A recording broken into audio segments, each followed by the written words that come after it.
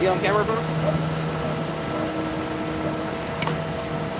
All right, this is the book of Psalm 75 and 5. Lift not up your horn on high. Speak not with a stiff neck. Lift not your horn on high, your power that you've been given, right? Lift not yourself up, O daughter of Edom, right? And that's all you have done, right? You have lifted up your horn on high. You have thought yourself to be mightier than the Almighty Yahweh by Hashem Yahushai. Go ahead. For promotion cometh neither from the east. You didn't get this authority and power on your own, right? Only he who now left will let until he be taken out of the way, right? So promotion, you being promoted to a position of authority was not by your own might, was not by your own power, right? The earth is the Heavenly Father's footstool. And his dominion, the things that he wants to happen is happening down here upon the earth, whether you believe that or not. Go ahead. Nor from the west, nor from the south. Go ahead. But God is the judge. The Most High Yahweh is the judge. And he has set up Yahweh Shai in that seat of judgment, in the judgment seat to judge, like it tells us here. We're going to get keep reading. Get Revelation, go back to the book of Revelation 19 and 10, or verse 11 actually. Let's go and get Revelations. You can keep reading right here. No, we'll go. Read all the way down to verse 7. All right. But God is the judge. He put it down one and set it up another. So he's going to put one down, right? He's going to put Esau, Edom, in his reign of Edomite supremacy. That is going to go down, right? And what? Hey, but Yahweh, hopefully all of us is coming to protect us. Foolishness. I commend you all for staying down here. All right. This is Yahweh. Psalms. And what the scripture said, who shall vote for me? Yeah. You know? But he's going for me. Yeah. We get the... I get the sentiment. Yeah. Right. Hey, never mind. Go ahead, keep reading. Right. Verse 8 reads, For in the hand of the Lord there is a cup, and the wine is red. It is full of mixture, and he poureth out of the same. But the dregs thereof, all the wicked of the earth shall wring them out and drink them. That's right. So all the wicked of the earth are going to drink of the wrath of the Almighty God, Yahweh by Hashem Yahushai. Right? You will surely drink of his cup of judgment. There is no escaping it. Right? We'll go to Revelations 19 and verse 11, Bob Shaw. And then let's go back to Revelation 11. Verse 19 and 11. Oh, yeah. All right. This is the book of Revelation 19 and 11 reads, And I saw heaven open, and behold, a white horse. Behold, I saw heaven open and a white horse. This is symbolically speaking of the return of our Lord Yahweh Shai. You know, white in the scriptures represents purity, right? A horse represents power. So behold, he saw heaven open, and behold, a white horse. That's speaking of the pure power. Yahweh Shai coming back in the glory of his heavenly Father. Go ahead. And he that sat upon him was called Faithful and True. That's right. Yahweh Shai is faithful and true. Everything that he said, you know, was prophesied about him to happen is going to happen. And we are going to witness that in our day. Go ahead. And in righteousness he doth judge and make war. And in righteousness, what our Heavenly Father is coming, sending Yahweh Shai back to do is righteous, is holy, is just. Right? And in righteousness, he does judge and make war. Go ahead. His eyes were as a flame of fire. This is telling you who it's talking about. Speaking of our Lord Yahweh Shai. Go ahead. And on his head were many crowns. And on his heads were many crowns, because when Yahweh Shai comes back, he's coming to take these heathen nations out of their power seat. He's coming to take Ammon, Moab, and chiefly Esau, Edom. Right? Why would the heathen rage and imagine a vain thing? it's a vain thing to believe that you have next in power. Go ahead. And he had a name written that no man knew but he himself. Keep reading. And he was clothed with a vesture dipped in blood. Yahweh Shai is coming back as a man of war to shed the blood, right, of the people who are against him down here upon the planet Earth. Because what we're witnessing in the earth today is a mass rebellion against the Heavenly Father and His only begotten Son, right? As the earth has been given into the hands of the wicked, out of the wicked perceived wickedness. And that's when we see the works of wickedness happening in the earth in these last days. Go ahead. And his name is called the Word of God. In his name, go ahead, keep reading. And the armies which were in heaven followed him upon white horses. And the armies which were in heaven, right, follow Yahweh Shai upon white horses. Speaking of what? The chariots of Israel. The chariots of our salvation. Right? Finish out that verse and let's go back to Revelations. Clothed in fine linen, white and clean. In the fine linen, speaking of the righteousness of the saints. Right? So let's go back to Revelations 11 and look at verse 8, maybe 9. Actually, jump all the way down to verse 11. All right, this is the book of Revelation, chapter 11, verse 11. And after 3 days and a half, the Spirit of life from God entered into them. And after 3 days and a half, the Spirit of Yahweh Shema Shai would enter in, to his men, starting with the men, right, that will go forth on the highways and hedges and preach the coming kingdom, right? As Yahweh Shai went forth saying, repent, for the kingdom of heaven is at hand, right? Who's that kingdom of heaven is for? The nation of Israel. As the prophet Nathan told Samuel, right, told David that Samuel, his kingdom, King Solomon's kingdom would never be destroyed, that it will be an everlasting kingdom, right? So you are seeing the beginning stages of the throne of David being established. We are Yahweh Shai's ambassadors, here to tell you what our king is coming back to do, right? Go ahead. And they stood upon their feet. And that's what you see happening now. You see the men of Yahweh Shema Shai standing upon their feet, right? Go ahead.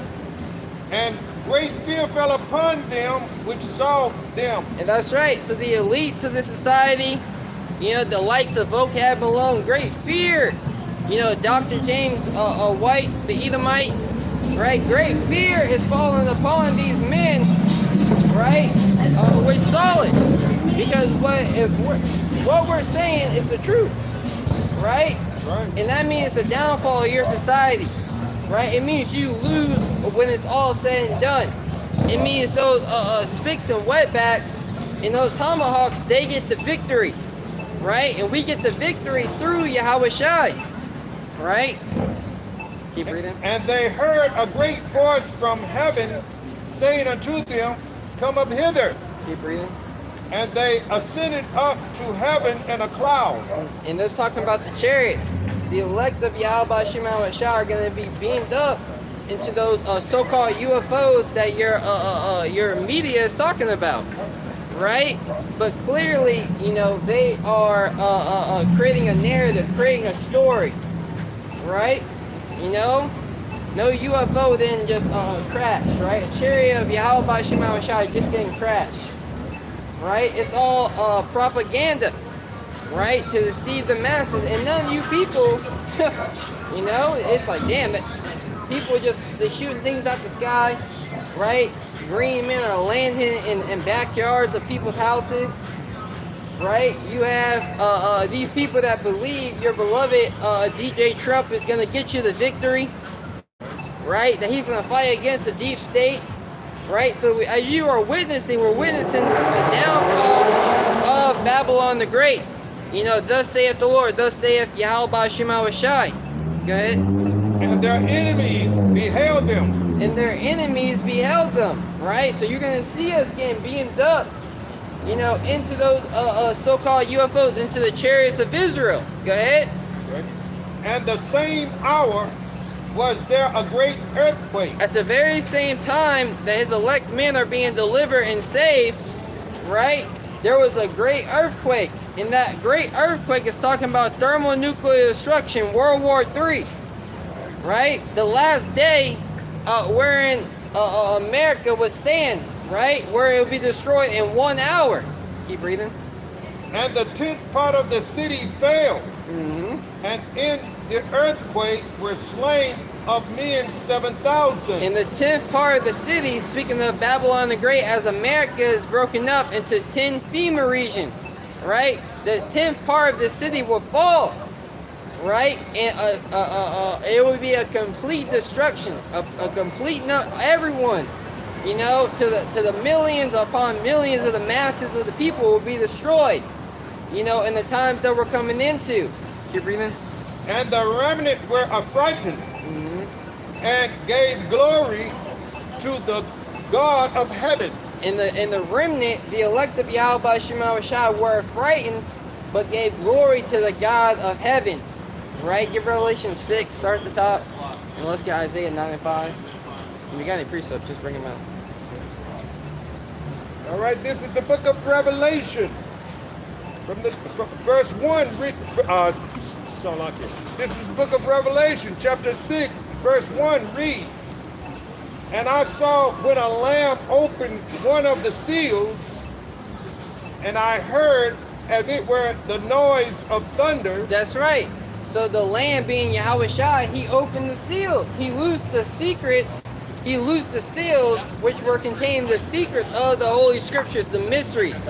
It is given unto us to know the mysteries of the kingdom of heaven, but to them it is not given. Right? And as we've been given this mystery, right, it comes with a testimony against Esau, Edom, against this world. Go ahead. All right. Reading from the top again. Okay. And I saw when the Lamb opened one of the seals, and I heard as it were the noise of thunder, one of 4 beasts saying, Come and see. Go ahead. And I saw and behold a white horse. And I saw and behold a white horse. Right? So Yahweh Shai loosed the seals, and this white horse is representation of Yahweh Shai. The same thing we read in Revelation of the 19th chapter. Go ahead. And he that sat on him had a bow. And he that sat on him had a bow. What is a bow? A bow is a weapon of war. Right? So Yahweh Shai is coming back to declare war with the planet Earth. Go ahead. And a crown was given unto him, and he went forth conquering and to conquer. And the crown, authority was given to Yahweh Shai, and he went forth conquering and to conquer. So Yahweh Shai is coming back to conquer this wicked and simple kingdom, Babylon the Great, right? According to the Holy Bible, which is America, right? Any more? Yeah, keep reading. And when he had opened the second seal, I heard the second beast say, Come and see. Okay.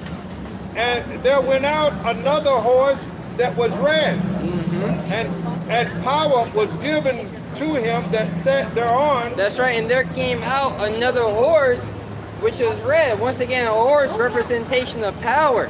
And he that sat thereon, right, was given authority. He was given power from Yahweh Shema Shai, you know, was Esau Edom, right? Edom, Adawam, which means red, right? So the red man will be given power. What would he do with that power and authority? And, okay, to take peace from the earth. And what he would do with that power and authority, he would take peace from the earth. Right? And that's why you see the earth mourning, starting with the creatures that are upon the earth. Right? Starting with the animals, the trees. Right? As you see a deforestation that's going on the planet Earth, as you see an extinction of the bumblebee, right? As you see an extinction for natural food, right? The creatures of Yahweh Shema Shai will be crying out, right? Because this man would take peace from the earth. This man's been at war, you know, with the planet Earth, with the children of the Most High, right? With these heathens, this man is not satisfied. Go ahead. And only he who now letteth will let until he be taken out of the way. Go ahead. And there was given unto him a great sword. And when he had opened, and that great sword is Esau Edom's military might, right? Who would make a war with the beast, right? This revitalized Roman system, right? Roman Empire in the earth today is speaking loud and clear. And what they want to do is put a C-hip inside of you, right? The M-O-T to the beat. And these are times that we're coming into. These are times that are being introduced in your mainstream media, right? And we as the servants of prophets have been commanded to watch, right? To watch for the signs of our Lord's second return, right? And the third woe, which is World War III, you know, is fastly approaching. And when he had opened, Jump down Isaiah 95.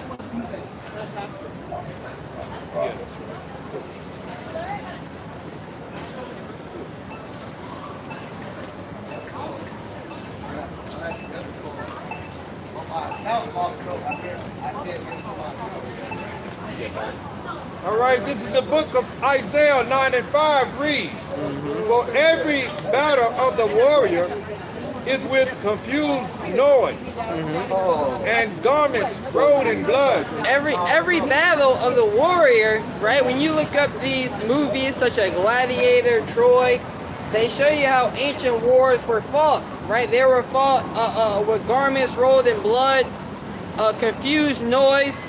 But this war, the war, the end all war, is World War III, right? Go ahead. Get St. John 4:22 after this. Go ahead. For every battle of the warrior is with confused noise, and garments rolled in blood. Go ahead. But this shall be with burning fuel of fire. But this, the war, the end all wars, would be with burning and fuel of fire. Make sure it's not blocking the sidewalk, bro. You need to find another spot for that. You should St. John 2 or 5. St. John 4. Right over here if you have to. St. John 4 and you can start 22. All right. Book of St. John, 4th chapter, the 22nd verse reads, Ye worship, ye know not why. That's right. A lot of people, right? You know, they don't really understand what they are doing when they pick up these holy scriptures. It's not for you, right? The holy scriptures is for the nation of Israel, and as an instruction book, you know, as the Bible, what basic instructions before leaving earth, right? So the holy scriptures are an instruction manual, you know, how you ought to live your life down here upon the earth, right? For the nation of Israel, so-called Negroes, Latinos, and Native Americans, first and foremost, right? You heathens will learn our ways when we're in authority. Go ahead. We know what we worship. Go ahead. For salvation is of the Jews. That's right. Salvation is they of the Jews, the Israelites. Right? Keep reading. Right? But the hour cometh, and now is, when the true worshipers shall worship the Father in spirit and in truth. That's right. Get Psalms 94 and 16 after this. The hour cometh, right? And now is the time, right? Now is high time to awake out of sleep. Now is the time, right? If you act now, you have a chance of salvation, right? But if you tarry, that's going to lead to your utmost demise. It's going to lead to your destruction. Read again. All right. But the hour cometh, and now is, Go ahead. when the true worshipers shall worship the Father in spirit and in truth. That's right. The hour cometh and now is when the true worshipers of Yahweh Shema Shai will worship Him in spirit and in truth. Right? They will introduce them. Yahweh Shema Shai will introduce them into His baptism. Right? That baptism of fire. Right? And of water. Right? Cleansing our impurity, purging out our iniquity, right? Our sin upon sin. Go ahead. For the Father is seeking such to worship Him. So the Heavenly Father is looking up for men to be doing what we're doing right now. Oh, Wisdom of Solomon 5:1, Bible shop. But Psalm 94 first, and I believe verse maybe 14, 15, or 16. For the Lord will not cast off His people. 14. 24 and You said 94. 94 and start 14. Let's read all of down. Okay. This is the book of Psalms 94 and 14. Reads, for the Lord will not cast off His people. And who are His people? The nation of Israel. It's always been the nation of Israel. It's never been the whole world. That was a lie, right? And the nation of Israel, as we read earlier, will enter into a falling away first, right? And that man of sin will be revealed. The nation of Israel will stand upon their feet in great boldness, right? In the face of such that has afflicted them, right? Go ahead. Neither will He forsake His inheritance. Neither will He forsake His inheritance. Israel is His peculiar treasure, right? Jacob is the lot of His inheritance, right? So Yahweh Shema Shai has said the so-called Negro, Latinos, and Native Americans are His chosen people, right? And the Israelites, foreigners, whose seed line go back to Abraham, Isaac, and Jacob, who look like these other nations. Go ahead. Right. But judgment shall return to righteousness. But judgment shall return to righteousness, right? The Lord is going to balance things back out in the earth. Go ahead. And all the upright in heart shall follow it. That's right. And that's what you see happen. The upright in heart are once again following the ways of Yahweh Shema Shai, as the initiated are being awakened in these last days, being put back in remembrance of who they are, you know, who they were in the past, right? As we have been reincarnated, you know, in these last days, you know, to stand forth, you know, in the face of such that has afflicted us, right? Go ahead. Who will rise up for me against evildoers, the evildoers? Who shall rise up for me against the evildoers? The men of the Lord, right? Get Isaiah chapter 6, verse 8. Yahweh Bahashim, Yahweh Shai has sent us out here to proclaim righteousness in the earth once again. Right? As for faith, it shall flourish. Right? Evil shall be overcome. Right? So wickedness is going to be overcome. There's going to be men and women, right? And children who are going to get the victory over this man's system, over his trap that he has laid for our people. Right? Go ahead. Or who will stand up for me against the workers of iniquity? Go ahead. That was it. Huh? Yep. Yeah, actually, sorry. Unless the Lord had been my help, my soul had almost dwelt in silence. That's right. Unless the Lord had been my help, right? My soul had almost dwelt in silence, right? And that's why, you know, we are out here, because we understand the God of the Bible is our help. The God that flooded the whole earth. The God that flooded the whole earth. The God that flooded the whole earth is on our side, right? And He's coming back to flood this wicked and sinful kingdom called America with thermonuclear destruction, right? So unless the Lord had been on my side, my soul would have dwelt in silence. Go ahead.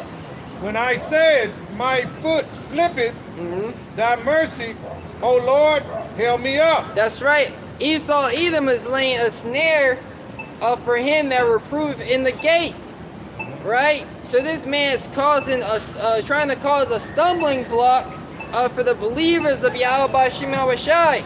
But the Lord is going to lift up that standard, which is going to keep us upright, right? Which is going to allow us to stay on that path, which lead on to victory, right? Go ahead. In the multitude of my thoughts within me, thy comfort delight my soul. That's right, because the mind museth upon many things, right? Oh, how am I going to eat? What am I going to do when all hell breaks loose? You know, this situation. You know, what should I have this? What plan should I go through? Read it again. Right. In the multitude of my thoughts within me, thy comforts delight my soul. That's right. Thy word, you know, thy word, the word of Yahweh Shema Shai have quickened me. It has been the delight of my soul. It's what causes us to rise up early, right? With the joyfulness of mind, knowing that the victory is already written, right? What we are doing was written in the Heavenly Father's story, so the victory of Yahweh Shema Shai is already written, it's already prophesied to happen. Ezra saw men being crowned. He saw men, you know, who stood stiffly for the name of the Lord, who would not compromise the doctrine, right? Who would not compromise the truth for a man's feelings. Go ahead. Right. Shall the throne of iniquity have fellowship with thee? Shall the throne of iniquity have fellowship with thee? And you got Jake selling out, making deals with Esau Edom with the throne of iniquity, right? Shall he have fellowship with us? You know, you have no partakings of what Yahweh Shema Shai is doing, raising up his men, gathering his believers, right? Scriptures say to never trust thine enemy, right? For as iron rusteth, so is his wickedness, right? What verse you on? I'm on 20. Okay, that's what I was Which frameth mischief by a law. Okay. All right, this is the book of Psalms 94 and 20 from the top reads, shall the throne of iniquity have fellowship with thee, Go ahead.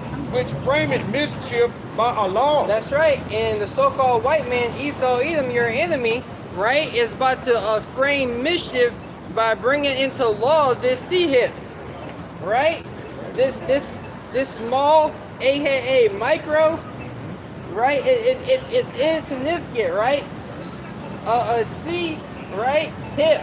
Spell it out, right? Get with it, right? Because the times are coming where we're not going to be out here, right? As they're talking about a shutdown of the internet, right? To protect, I believe what was against cyber attacks, right? To bulk up your defense, and the internet could be down for several months, right? And when you log back on, you're going to need a passcode. You're going to need an ID, right? So your freedoms and liberties are going to be stripped by your government, right? Govern meaning control, mint meaning minds, right? You people are under heavy mind control by your elites, right? They're waving their wands, right? And you are dancing. Right. They gathered themselves together against the soul of the righteous. So these elites, right? They're meeting up, right? To gather together against the souls of the righteous, right? There's how can we stop this? You know, how can we stop the truth? There is no stopping it. Unstoppable force is sweeping the planet Earth. The words of Yahweh Shema Shai. In Esau, you are not that immovable object. The Lord is going to take you out of the way very easily. Right? Read that again. Right. They gathered themselves together against the soul of the righteous and condemned the innocent blood. And the innocent and righteous blood is crying unto Yahweh Shema Shai to come back and save us. Right? So your NWO does not succeed. You lose at the end of the day. And just like the man Elisha, you know, knew and understood, when you read in 2 Kings, I believe the 17th chapter, no, the 6th chapter, where it talks about when they rolled on Elisha, right? Elisha knew, right? Elisha knew what was going on. The spirit of Yahweh Shemashai revealed it unto him. So we have been made privy to those private plans. You know, an angel can be just be sitting in there, right? Sitting at those private meetings, right? He turned himself to a human. He could be there in the fourth dimension just watching, right? And he tells the other angels what's going on, gives a report back to the Heavenly Father, right? We're giving the report. That's how things happen. Want to say something? Mystique. Excellent. Oh yeah, like Mystique. He's like, unless there's a mutant in here. You know? Go ahead. All right. But the Lord is my defense. The Yahweh Ba'Hashem Yahushai is our defense from the enemy. Right? And you are going to need a defense in the times we're coming into when there's not going to be any food on the grocery shelves. Right? You're going to need a defense when a society breaks down. Especially you women. You know, we're going to see how mighty and strong you are in that day when Gurga troops, the military troops, are going to be kicking in your door, calling you off to concentration camps. That's right. We're going to see how bold you are in that day. Right? We're going to see how bold you people with your Dracos, with, you know, your food preparations. Let's see how mighty you are. Right. Let's see if those things can truly save a man out of the grips and hands of Yahweh Shema Shai. We will see. Right. Go ahead. But the Lord is my defense, and my God is the rock of my refuge. That's right. So the Lord is our foundation. We're standing upon a sure foundation. So when the winds of destruction come, we're going to be chilling. Right? It's going to be shaky. Right? We're in the flesh. We're going to get nervous. Right? But the Lord, Yahweh Shema Shai, is not giving us the spirit of fear. Right? So we have to fight through those things. Scripture says, strive for the truth unto death, and the Lord will fight for thee. Get that actually? Was there any more in this chapter? Unless you want the last Let's verse read of it. it. Yeah, let's go ahead. All right. Can you get Sirach 4? All right. Verse 23 reads, and he shall bring upon them their own iniquity, and shall cut them off in their own wickedness. Esau, Edom, your plans are going to be cut off. Everything that you're laboring for, in a moment, in an instant, you're going to lose it. You are going to lose everything. You're going to lose your beloved Babylon the Great. You're going to lose those riches that you have in those vaults. You know, when we open them things, it's going to be, you know? And there's more riches, you know, that men don't even know about. These elites are hoarding. Right? Tombs of just wealth everywhere. Right? While you people are scraping for change behind the couch so you can pay for your next meal. Right? The elites of the society have stolen everything from the planet Earth. And the Lord is going to bring that iniquity upon them. Right? And he shall bring upon them their own iniquity, and shall cut them off in their own wickedness. You're going to be cut off from the earth. The seed of evildoers shall never be renowned. You're never going to be made famous in the land again. There's never going to be a gates of hell again. You know? Right. Never going to be oh my gosh, you hear about the Clintons? Right. You know, you hear about the Musks? That's right. You know, nah, that's never going to be spoken of. You're going to be cut off from the earth. Your remembrance is going to be cut off. Get Job 20:4. But, you know, whoever picks those brothers, God, just bring them. Okay. You want me this way? This right there. Oh, yeah, finish it off. Yeah. Sorry, I thought you finished it. All right. Yea, the Lord our God shall cut them off. Yea, the Lord our God shall cut them off. What we got, bro? Yeah, you call. Just read it. This is Isaiah 6 and 8. Also I heard the voice of the Lord saying, whom shall I send? Also I heard the voice of the Lord saying, whom shall I send? Right, go ahead. It reads on, whom shall I send, and who will go for us? Who's going to go and represent Yahweh Shema Shai and his righteousness down here upon the earth? Go ahead. Then I said, here I am, send me. Here I am, send me, because somebody got to do it. Right? Somebody got to do it. Someone has to stand in the face of all this wickedness that's going on the planet Earth today. And if not the men of the Lord, then who else? And where the word of a king is, there's power. We the only people with the power and authority. Right? Because we've been given the words of a king. That's right. And our God does not make threats. No, he makes promises. Right? What he said that he would do to America, he is promising you that he would do those things. That's right. Shall I bring our grease up? Wisdom of Solomon, chapter 5, verse 1. Then shall the righteous man stand in great boldness before the face of such as have afflicted him. Then shall the righteous man stand in great boldness. And that's what you see happening. Right? After 3 days and a half, the righteous man, the elect of Yahweh Shema Shai, who have the testimony of Yahweh Shai of America being destroyed, Esau, Edom, and these heathen nations, their authority and power in the earth being stripped and going into hardcore bondage. The remnant, the 1/3, being delivered out of America, right? That will be the testimony of Yahweh Shai. And that's what the righteous man will be speaking. Go ahead. Wisdom of Solomon 5, verse 1. Then shall the righteous man stand in great boldness before the face of such as have afflicted him. Go ahead. And made no account of his labors. And made no account of his labors. Right? Here it is. The black man, right? The Mexican man, the Native American man, right, has built up the society. Right? Don't forget about the hollow, cast, right? Don't forget about that theater of war.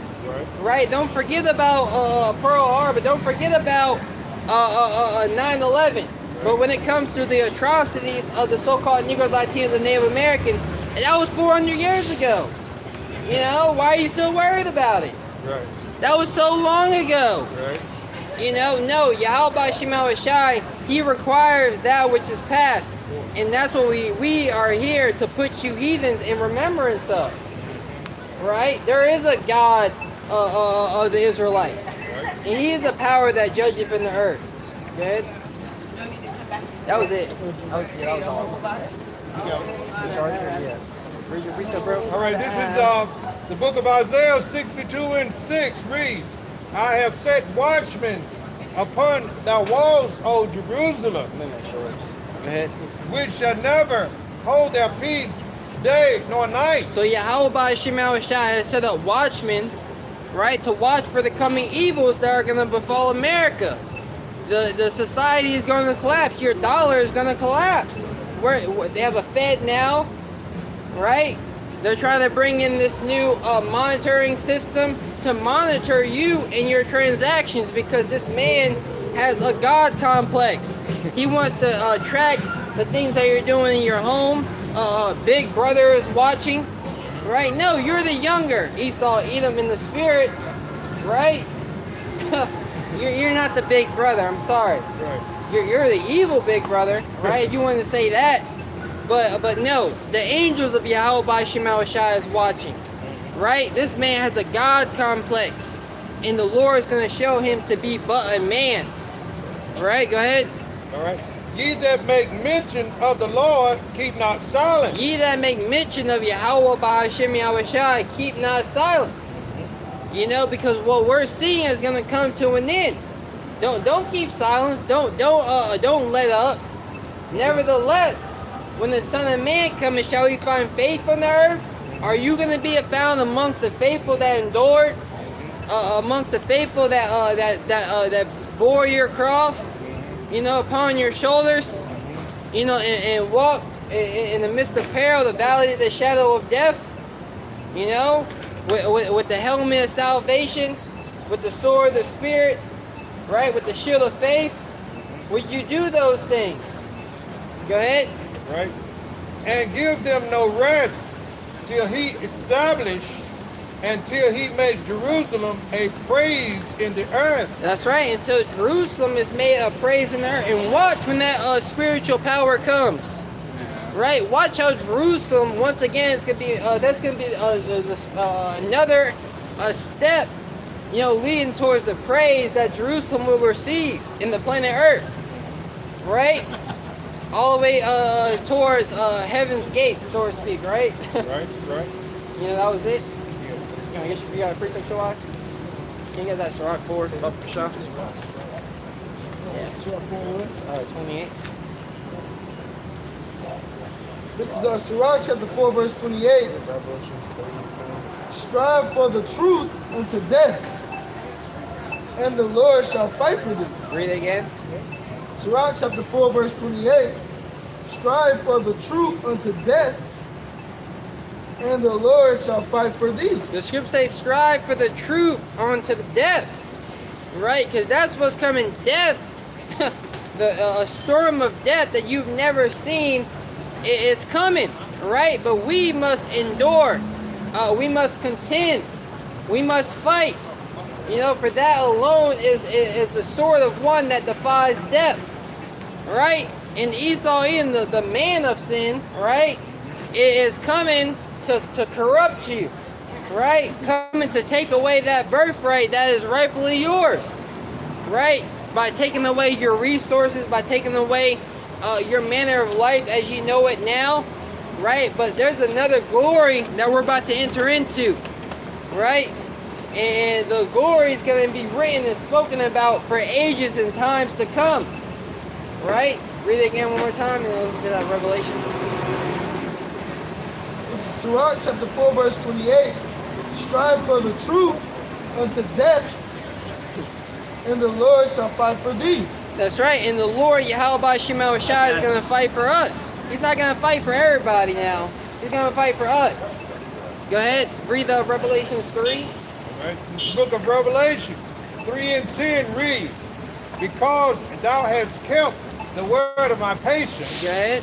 I also will keep thee from the hour of temptation, Go ahead. which shall come upon all the world, to try them that dwell upon the earth. So there's going to come an hour of temptation, right? Where your government is going to take away your liberties and your freedoms, right? They're going to strip everything away from you. Everything you have, everything you own is going to be put and managed. In the micro C-hip, right, which is the M-O-T to the beat, right? And you already have it. In these third world countries, you need you can pay with, you can get water with a credit card. Right. And it's a miracle. Right. It's a miracle. And that is a goddamn shame. All y'all don't realize that water is free on the planet Earth, but now you're a slave to the society, right? Keep reading. Right. Keep reading. Behold, I come quickly, for that fast. Hold that fast which thou hast. Behold, Yahweh Bahashem Yahushua is coming back quickly to judge the inhabitants of the planet Earth. You think the God of the Bible doesn't have a controversy with the earth? You think the God of the Bible don't got a problem with what's going on in the earth? He does. Right. We're reading out of the Holy Scriptures. Right? And He's told us to hold fast that which we have, which is this truth. We have our integrity, right? We have the wisdom, knowledge, and understanding of the Holy Scriptures. Get Proverbs 11:2. Hold that. Hold it where you are, bro. Yeah, let's go. Proverbs. This, like, everyone, no one looks happy. You're supposed to be happy, proud of all that. No one looks happy. They got bills to pay. You know what I mean? That savings account dwindling now. Trying to keep up that lifestyle. When you check your bank statement, that shit better just say groceries and bills. If you want to save anything. You know what I mean? That's why people are not happy. Everybody's supposed to be smiling. They'd have nothing on, just come out, you know what I'm saying? What is there to be happy about? You're finished out here. Your mental health is not there. You're at war with yourself. Go ahead. This is Proverbs 11, verse 2, verse 3. Start 2. Verse 2. When pride cometh, then cometh shame. When pride cometh, right, and pride has entered into this society, right? So when pride cometh, then cometh shame, right? Can some brother get the definition of shame? And how is that shame going to come? Via the judgment of Yahweh Shem Yahushai. Via the God of the Bible bringing judgment. Read it one more time and then we'll get the definition for shame. It's Proverbs 11 and 2. Thank you for turning that off, sir. When pride cometh, then cometh shame. When pride cometh, then cometh shame. What is shame? Let's read it. Shame is a noun. It reads, a painful feeling of humiliation. Damn, a painful feeling of humiliation is coming to the inhabitants of America, right? The citizens of America. Painful humiliation, right? Everything you worked for, everything you thought that was going to get you the victory, that thought you were winning, is going to be turned upside down, and you're going to have shame fall upon you. Read it again. Shame. Shame, a painful feeling of humiliation or distress caused by the consciousness of wrong or foolish behavior. Wrong and foolish behavior is what we're witnessing every day, on the day-to-day. 365 days a year. Foolish behavior, right? I believe it's over there in London, right? There's this new trend where niggas are just walking into people's houses. Right? Do that here in America. I don't know how it's gonna turn out for you. I really don't. Right? But niggas are just rebellious. Right. They're getting worse. Evil that you see now is far exceeded anything that in human history. Since man has been placed upon the earth. You know, I still want to get that. Keep reading. That's all of it. That was it. Read it one more time. That was a good definition. All right. And then let's get Proverbs 11 and 2. And then let's get Job 20 and 4. And let's go back where you were. All right. Shame, a painful feeling of humiliation or distress caused by the consciousness of wrong or foolish behavior. That's right. Caused because of your wrong and foolish behavior. Let's go ahead and read it. Proverbs 11 and 2. It's Proverbs chapter 11, verse 2. When pride cometh, then cometh shame. When the guy of the Bible is telling us, so-called Negroes, Latinos, and Native Americans, when pride cometh, then cometh shame. Right? So that should tell us to be humble. That should tell us to humble down. Right? To walk with humility. Right? We ought not to think of ourselves more highly than we ought to. Right? But to be of a lowly mind. Right? To be humble. To know that we are nothing but dust and ashes. Right? Dust and worms. Right? Dust, ashes, and we are eating them. Our flesh at the end of the day is going to be devoured by worms. Can you imagine? Worms! Defenseless creatures. But they're going to devour you at the end of the day. Right? When you're put back into the earth. Right? Go ahead. But you know, just going to example. Go ahead. We know what prophecy say. Keep reading. Reads on. But with the lowly is wisdom. But with the lowly, the meek, the humble is wisdom. Right? So the Most High, He resisted the proud. Right? But with the lowly, there is wisdom. Right? And you're going to need wisdom, knowledge, and understanding to get you out of the times that we're coming into. Right? So hold fast to that. Hold fast to taking the low. Right? This is not our time to shine. This is not our, kingdom. If this was our kingdom, then would my servants fight. That's what Yahweh Shai told Pontius Pilate. But my kingdom is not of this world. Right? So, and then, you see? But keep reading. It reads on verse 3, Proverbs 11 and 3.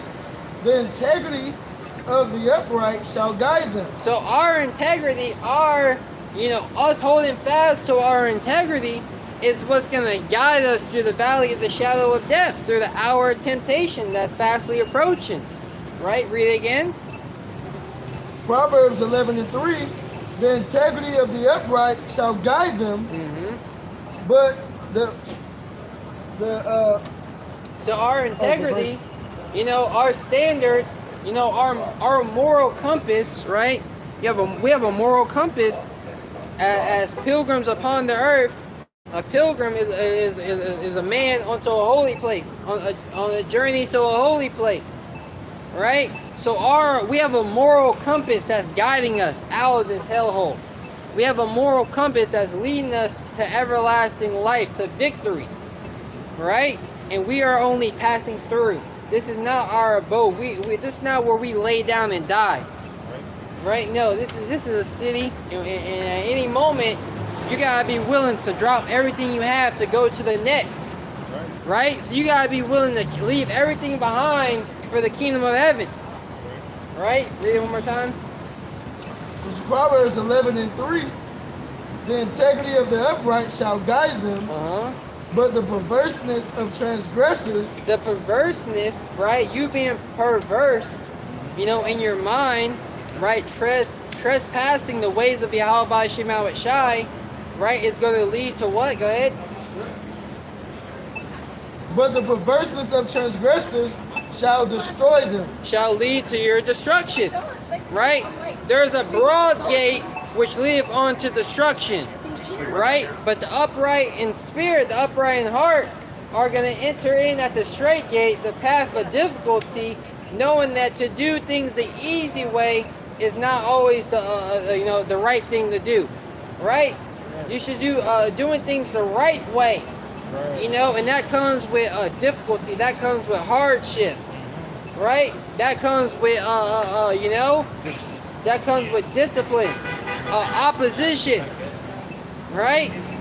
As we are set as a defense for the gospel, right? Go ahead.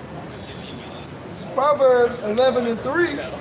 The integrity of the upright shall guide them, but the perverseness of transgressors shall destroy them. That's right. So you people are on your way to destruction. World War III, famine, pestilence. Go ahead. He's on verse 4. Riches He profit. ain't gonna have that soon come. What she said? No. God loves everybody. God he does love everybody. Everybody was raised. And you gotta be Israelite. He loves everybody that's of the elect. That's right. That's what we're gonna start saying when God loves everybody. There you go. God loves everybody of the elect. Go ahead. And he hates all evildoers and wickedness. Go ahead. He's on verse 4. Riches profit not in the day of wrath. Riches profit not in the day of wrath. You people think your financial stability is going to get you out of the times that we're coming into. You're sadly mistaken. Right. Riches profit not in the day of wrath. Right? The day of wrath is fastly approaching. The day of wrath is the times that we're coming into. Make sure that charger even works. Okay. Sometimes that thing be messing up. Keep reading. I have to read that last verse one more time, and then get your go back to Revelations. Okay. You don't want that Job? I want to hold Job for a second. You got it? Yeah, I do. Job 24:16, right? 20 verse 4. It's Proverbs 11 and 4.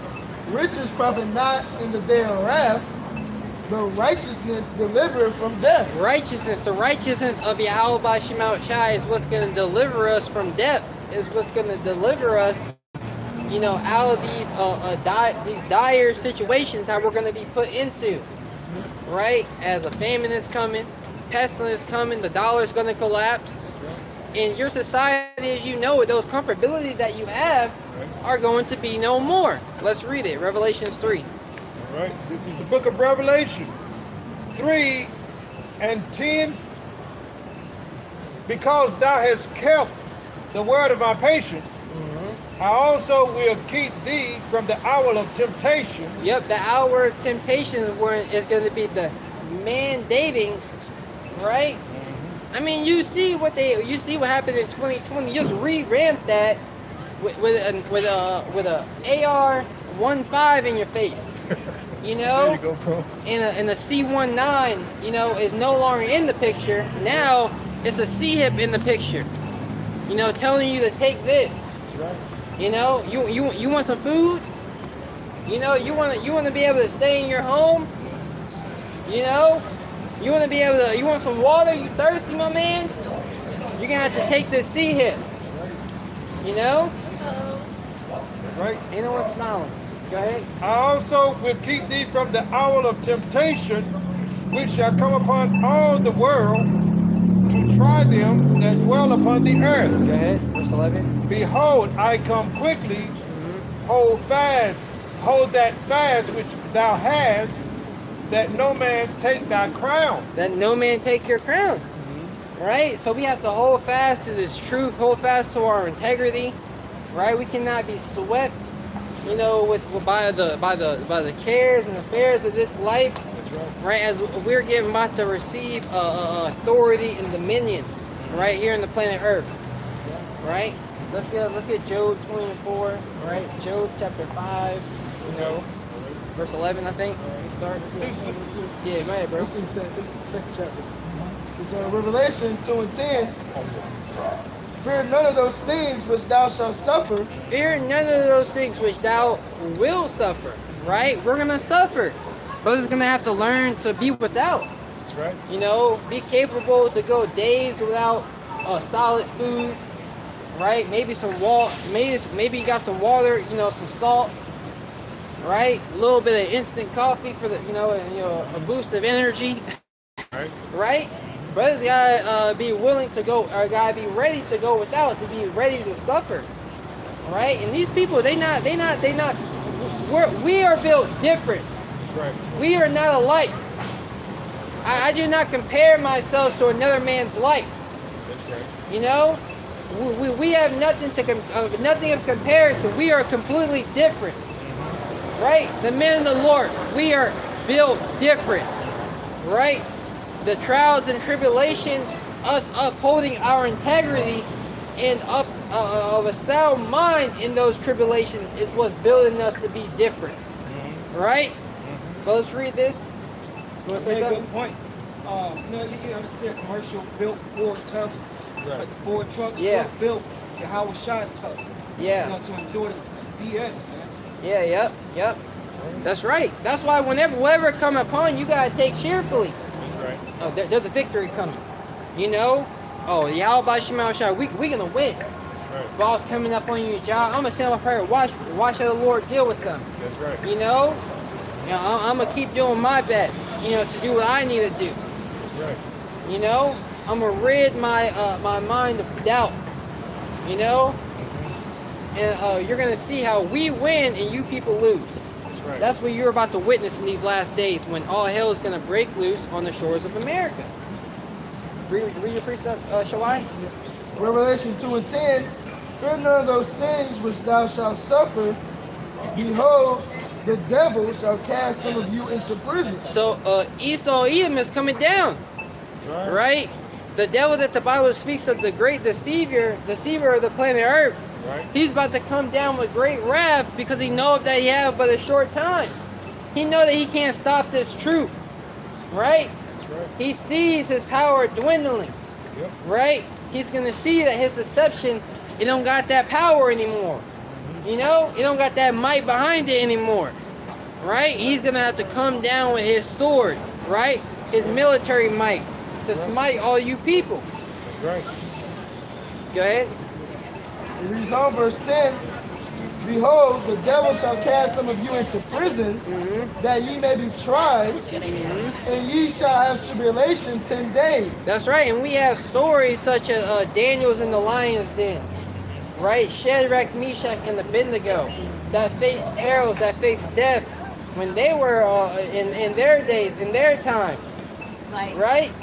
So here it is, we are entering into the like manner situation. That's right. Times liken unto it, right? So we must be faithful unto death, That's right. right? And fear none of those things which we shall suffer, knowing that, damn, the Lord got me through everything else.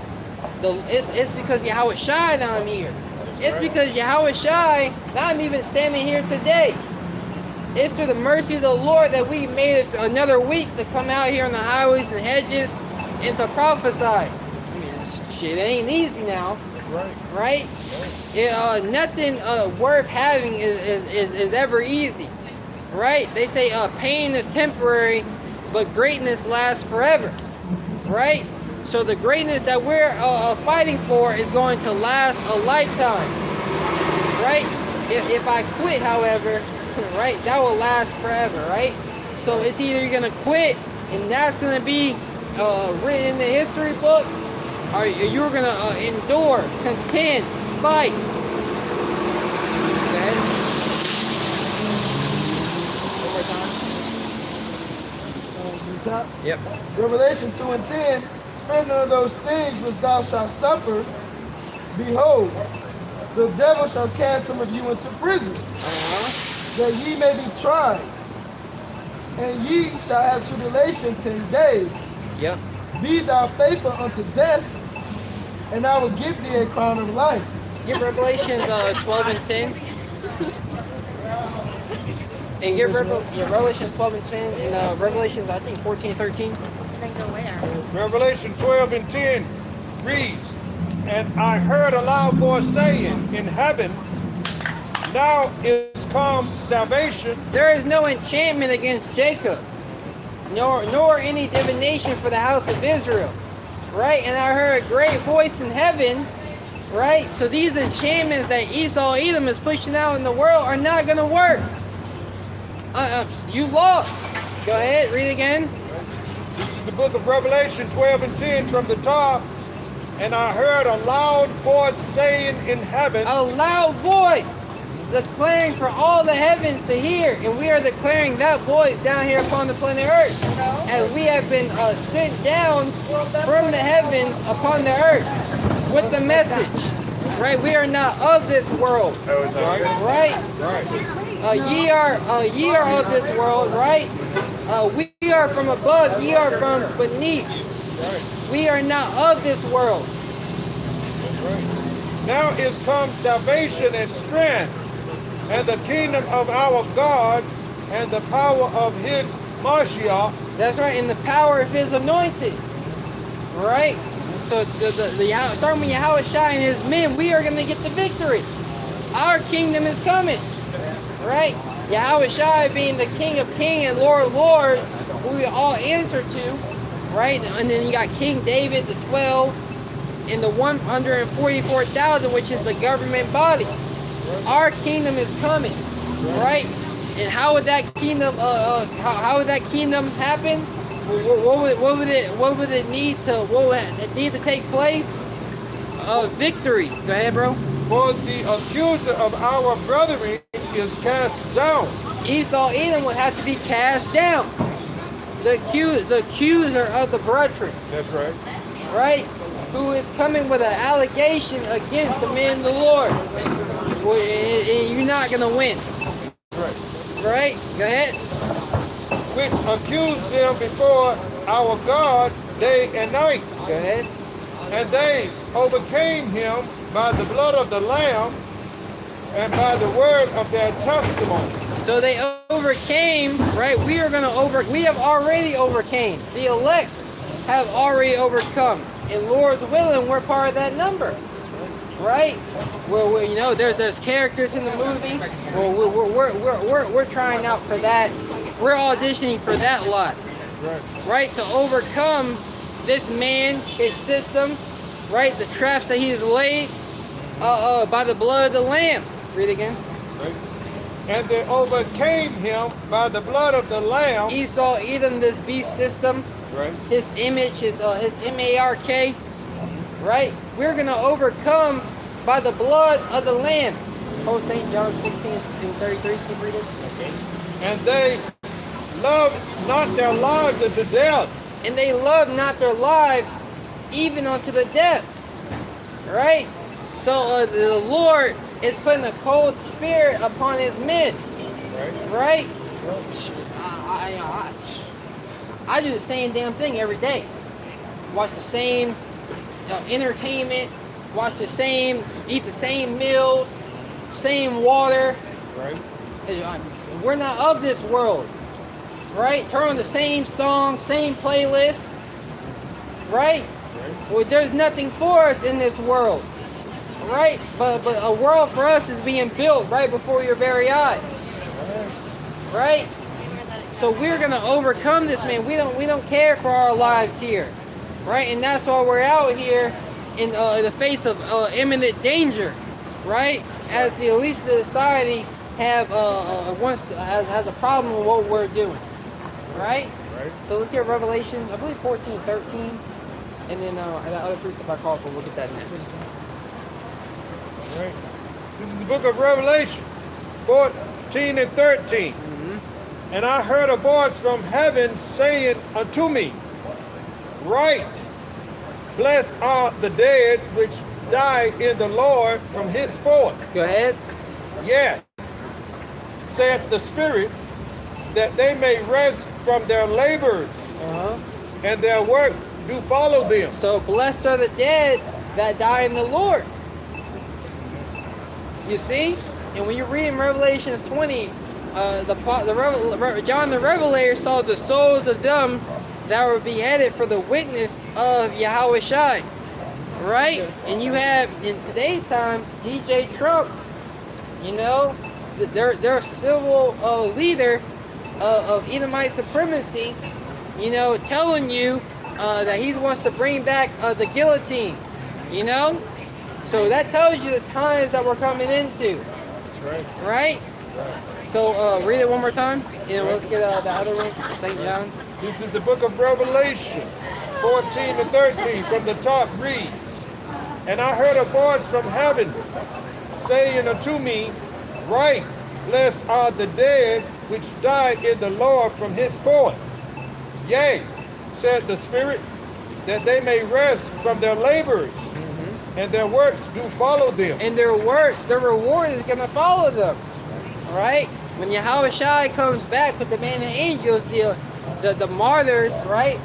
Those that pass away, right? For bearing their cross, they're going to be the first raised up to get those crowns, to get those new bodies. Right? So let's get St. John.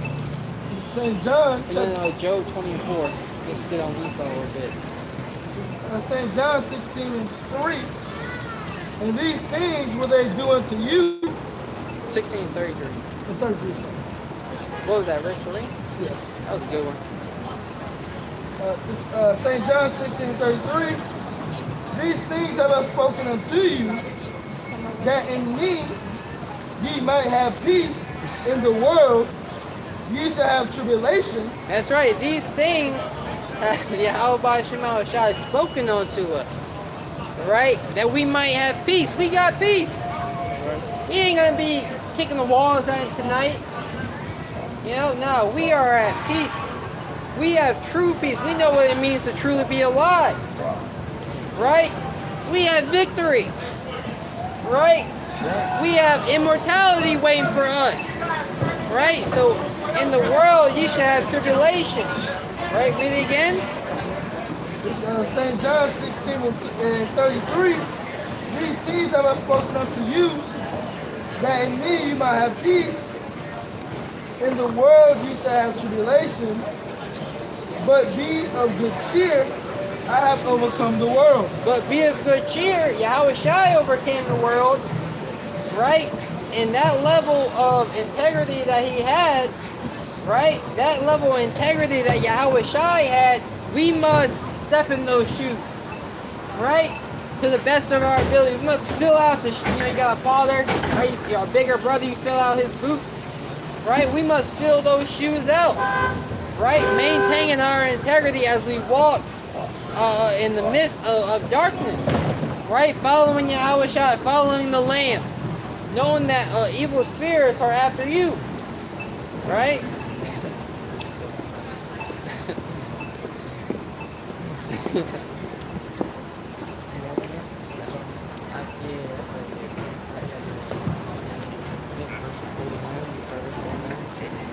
This is the book of Psalms 119, verse 49 reads, Yeah.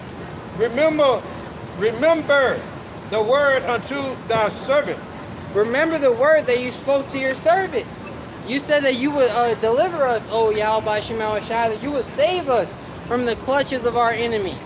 That when he would come in like a flood, you will lift up that standard. Remember, O Lord, the word unto thy servant. Go ahead. Upon which thou hast called me to hope. Upon this word has thou given us an expectation, right? An expectation of victory if we did and continue in that which was right in your eyes. Go ahead.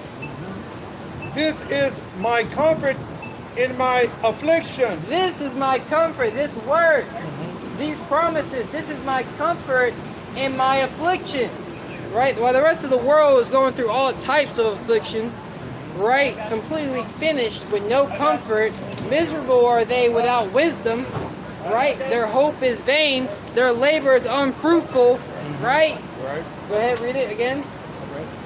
This is my comfort in my affliction, for thy word hath quickened me. This word has made us alive again, right? The words of Yahweh Shema Shai teaches us what we should be expecting. And it's the victory for those who repent, those who turn back, right? Who forsake the ways of this world, right? And stand up in great boldness for Yahweh Shema Shai, rejecting the evils of this world. Go ahead. Right. The proud have had me greatly in derision. The proud has had me in great derision, right? Go ahead. Yet have I not declined from thy law. That's right, and that's what's coming, a test, right? Where the proud are going to have you in derision, right? They're going to have you, in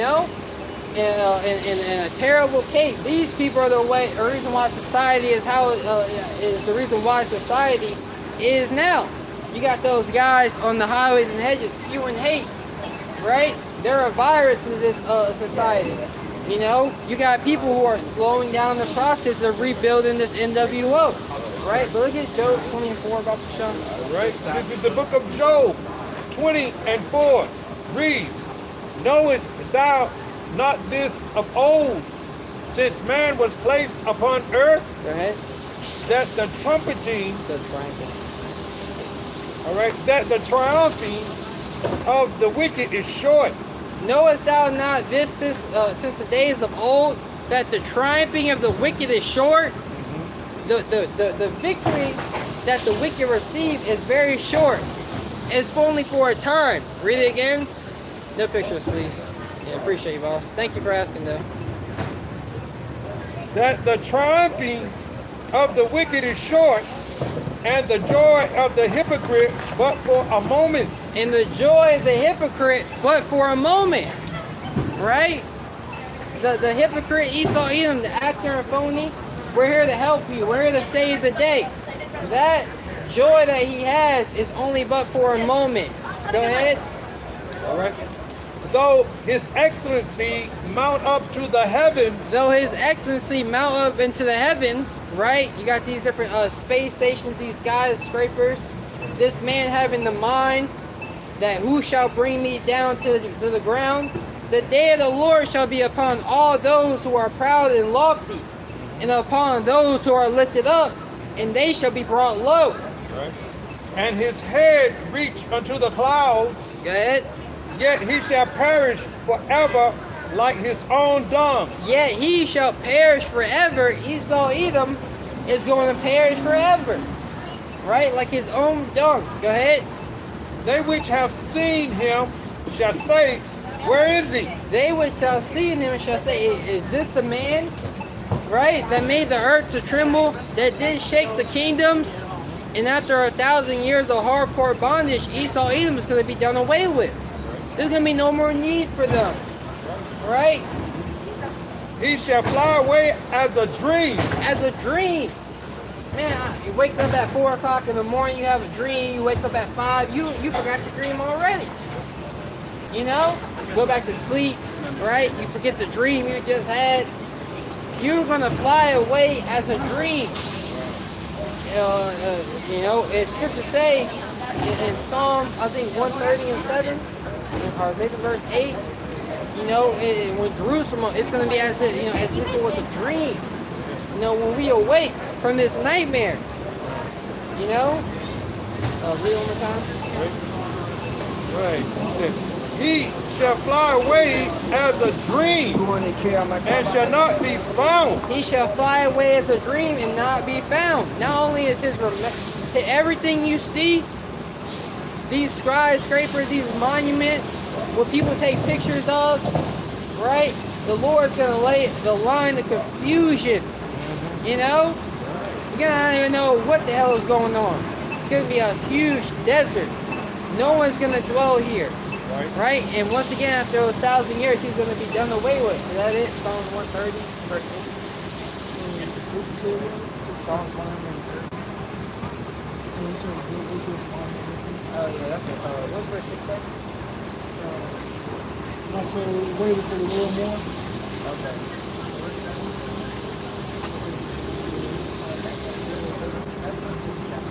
This one, keep reading. Right.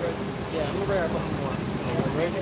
He shall fly away as a dream and shall not be found.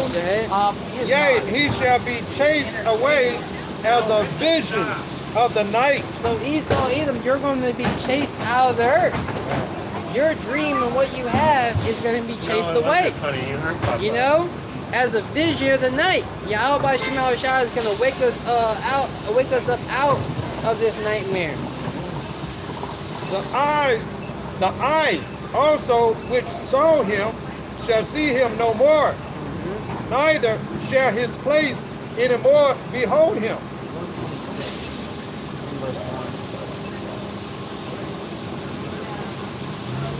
Yeah, go ahead. That was it, that's all. Okay. 6. Yeah, verse 1. Oh, sorry, 1. It's Psalms 126, verse 1. When the Lord turned again the captivity of Zion. That's right. So when we are delivered out of this hellhole called America, right?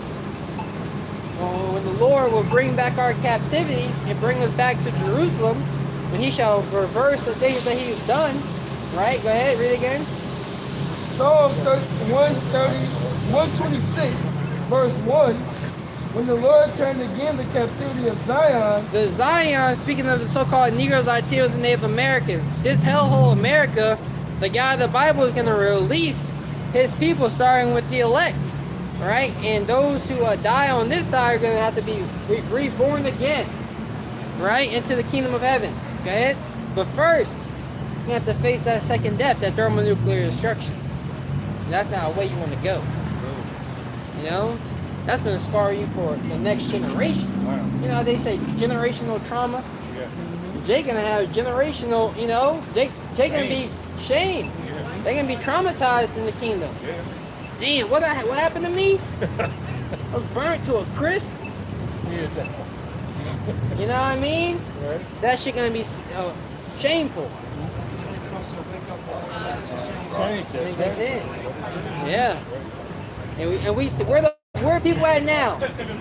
You know, where guys at now? They not standing up here with us no more. Yeah. And then like, Where you at? What's not We know y'all be watching sometimes. Don't act like you don't. Go ahead. walking out here with something. with a cape on, bro. Spirit of the Lord lead me, man. And right with the cape on. Or with a cape on. a rainbow cape with the 7 colors. Yeah. Finish it out though. Psalms 126 and 1. When the Lord turned again the captivity of Zion, we were like them that dream. We were like them that dream. You know, we were asleep, you know, but what, and we had a nightmare, and we woke up like, whoa, everything's okay. You know? No, I I got 50 women right here next to me. You know, I got pools of water, I got gold, I got everything I want. I got everything I need. Right. I'm a god. I can fly. You know what I mean? It's gonna be like a dream. It's gonna be like a nightmare. Right. Like, oh, we good. It didn't be like that in that dream, though, right? In that dream, he goes. That dream gonna be terrible. Yeah. Wake up in the cold sweat. You know, I had a dream. No, I had a dream that, you know, I was in mortal flesh. You know, I was eating the foul food amongst the Gentiles. You know, right? You said, sure, I am that I am, right? But keep reading. It reads on, verse 2. Then was our mouth filled with laughter, and our tongue was singing. So our mouths right now, because we understand the vision to come, we understand the prophecies of Yahweh Shimon Shai, our mouths are filled with laughter now. Right? Our tongue is, we're here to bring glad tidings. Right? Yeah, the joy of the whole earth. Right? Yahweh Shimon Shai is going to make this earth a joy. Right? And that's what makes us rejoice. Right? Knowing that the triumphing of the wicked is short. Right? And the joy of the hypocrite, but for a moment. Believe it. Any more than that? Yeah. Verse 2 again. And our tongue was singing. Then said they among the heathen, the Lord hath done great things for them. Damn, even the heathen are going to have to testify, knowing the kingdom and the Lord dealing with Israel. Right. You know, the Lord dealing with his people. You know, look at them. Look how great they are. Look at their society. Look how built up they are. Right. Go ahead. It reads on verse 3. The Lord hath done great things for us. Wherefore we are glad. Wherefore we are glad. Right? The heathens are going to be happy. You know, the heathen are going to be happy that we're in power, but how much more are we going to be happy? How much more are we going to rejoice? Right. You want Joe 5:11? Joe 5. Go 5 and 11. Sit up. Oh, yeah, that's going into, okay. You can do it. Okay, you start first. I'll leave it. I'll chime in. Yeah, I started off with my mind with my home. Okay, I'll let you that. I'll let you up that while you read. No, I'll break it. Okay. Start verse 10, please. Joe? No. Joe. All right. Good. Yeah, right.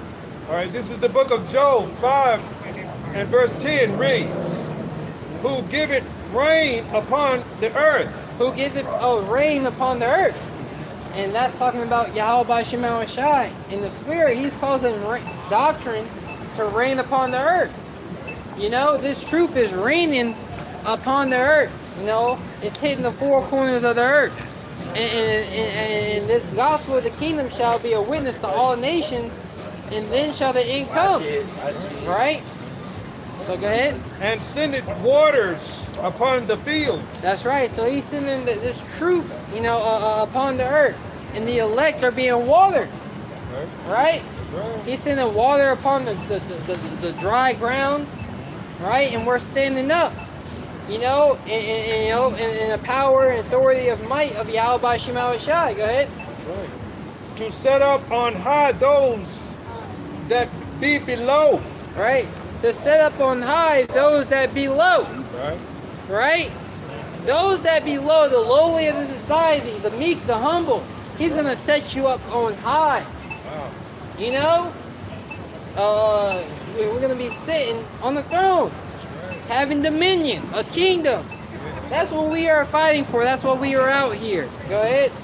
That those which mourn may be exalted to safety. That those that mourn, right, those who are sighing and crying for all the abominations that be done in the midst thereof, right, they will get that mark of exemption upon their foreheads. Right. You see? And they will be exalted to safety when that nuclear destruction comes. We're going to get beamed up out of here. Right? Go ahead. He disappointed the devices of the crafty. Yahweh Bahashim, Yahweh Shai, the God of the Bible, is going to disappoint the plans of the crafty. Right? their vision, their NWO is going to fail, right? And you people should be happy, That's right. but you're not. You know who's happy? The elect. That's right. You know, read it one more time. That one verse. He disappointed the crafty of the disappointed the devices of the crafty. He disappointed the devices of the crafty. You know, Esau is very crafty, right? You have a craftsman that creates things, right? Right. That's Esau. He's trying to build a new world, right? And the Lord is going to disappoint that. Go ahead. We're all doing all right? Yes, sir. We're doing awesome. So that their hands cannot perform their enterprise. So that their hand, their might that they have, it ain't gonna be able to perform their enterprise, right? Their NWO, all that they're building, all that they're working for, all that they're laboring for, Right. is not going to win. Right. Go ahead. Right. He taketh the wise in their own craftiness. Yahweh Bahashim Yahweh Shai, he knoweth how to preserve the wicked for the day of destruction, right? And he takes them in their own craftiness.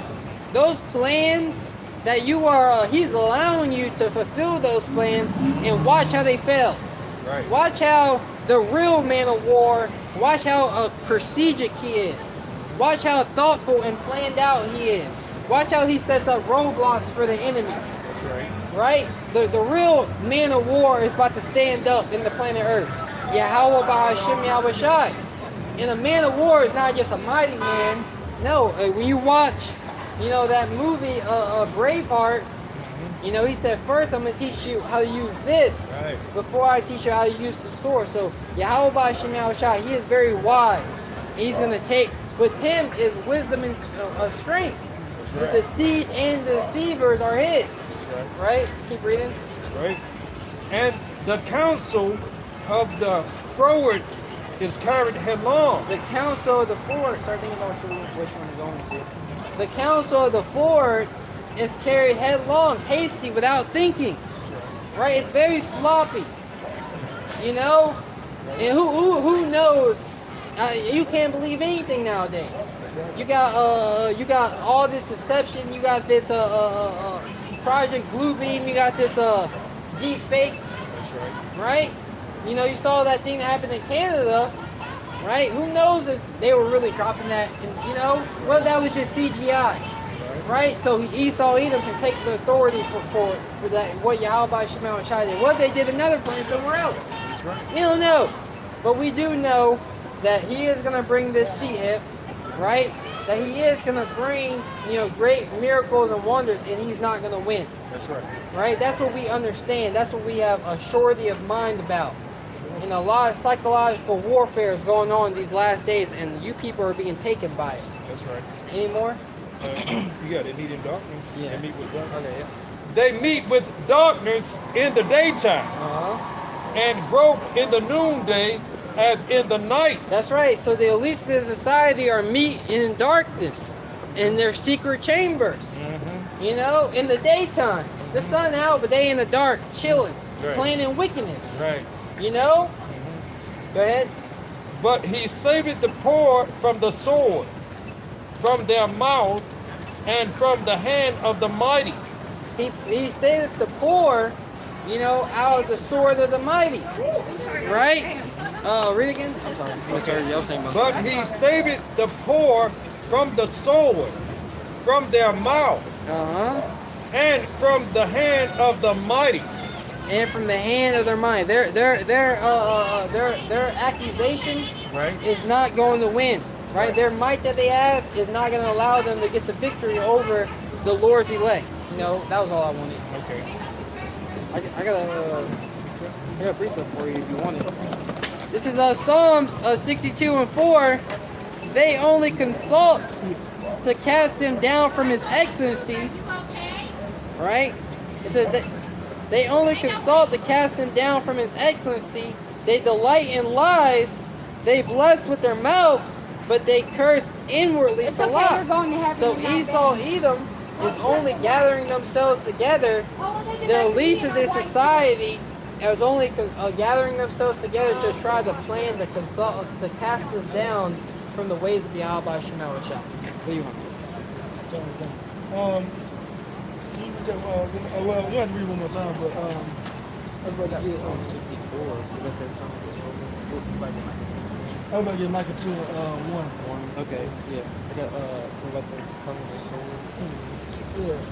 What that? Okay, sorry. This is Psalms. I need to see counsel of the wicked. Okay. This is Psalm 64:2. Hide me from the secret counsel of the wicked.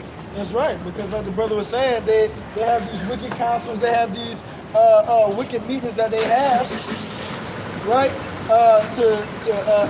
And every thought is for plans and devices to set up against the true chosen people of the Lord, which are again these so-called Negroes, Latinos, and Native Americans. Yeah. So that's a prayer of the righteous, and that's what we pray to Yahweh Shemel Shai, right? That we will be hid from the counsel of the wicked, right?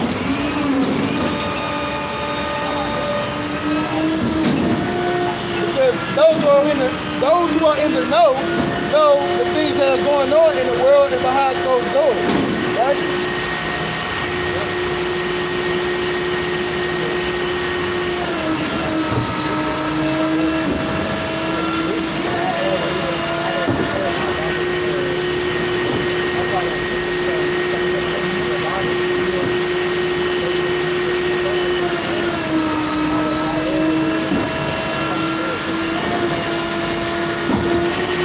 Psalm 64:2.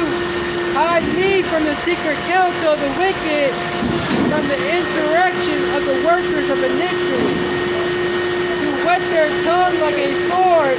Right. When you wet a sword, right? Not meaning wet as in like water, but wetting as in like sharpening, or what you would do to iron. Wet their tongues like a sword. They're using their tongues, their laws, and the things that they have in their power and come against you jakes with their tongues, man. These devils, those are the wicked, the high level elites are the ones who are in charge of this society. They make the rules, they make the decisions that go on, that play out down here at the low level with you average everyday jakes and other heathens in America, man. Not other heathens, but heathens in America. Yep. And it said, I want to bring up the definition. It's from the insurrection of the workers of iniquity. Right, that word insurrection, a violent uprising against authority or government. So they're coming with a violent uprising against the authority and knowledge of Yahweh Shemel Shai. Right? Just want to get that. Psalm 64:3, who whet their tongue like a sword and bend their bow to shoot their arrows, even bitter words. That's right. They're at warfare with you jakes, man. With you so-called Negroes, Latinos, and Native Americans. You're at war with the very same people that you go to for everything. Mm-hmm. Right? And you don't even realize it. Those who supply you with your WIC, your food stamps, your Medicaid, or whatever it is, everything, your jobs, everything that you use in this society to get ahead, right? That you beg your daddy, even so-called white man for your everyday lives. He's the same one that's your enemy. Everything he does, every law that he passes, every legislation that he writes is for the detriment of the nation of Israel, man. Yep, that media. Yeah. You know, that's a major deception that he uses to as a medium for his people, right? For the people to serve his gods and to serve his agenda down here upon the earth.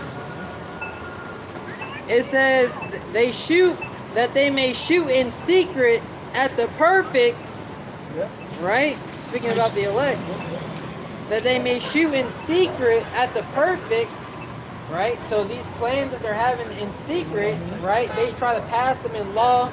They try to say it's for this reason over here, but they're really shooting their arrows at the elect of Yahweh Shemel Shai.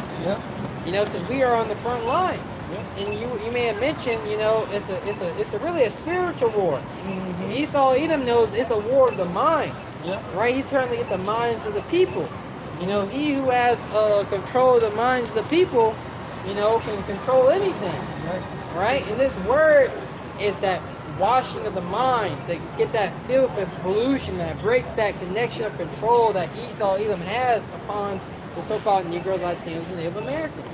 Yep. The scriptures say in Deuteronomy 20th chapter that he will put a yoke of iron on thy necks until he have destroyed you. Yep. So he had Jake mind way back then, already through. Yep. Yeah, bro.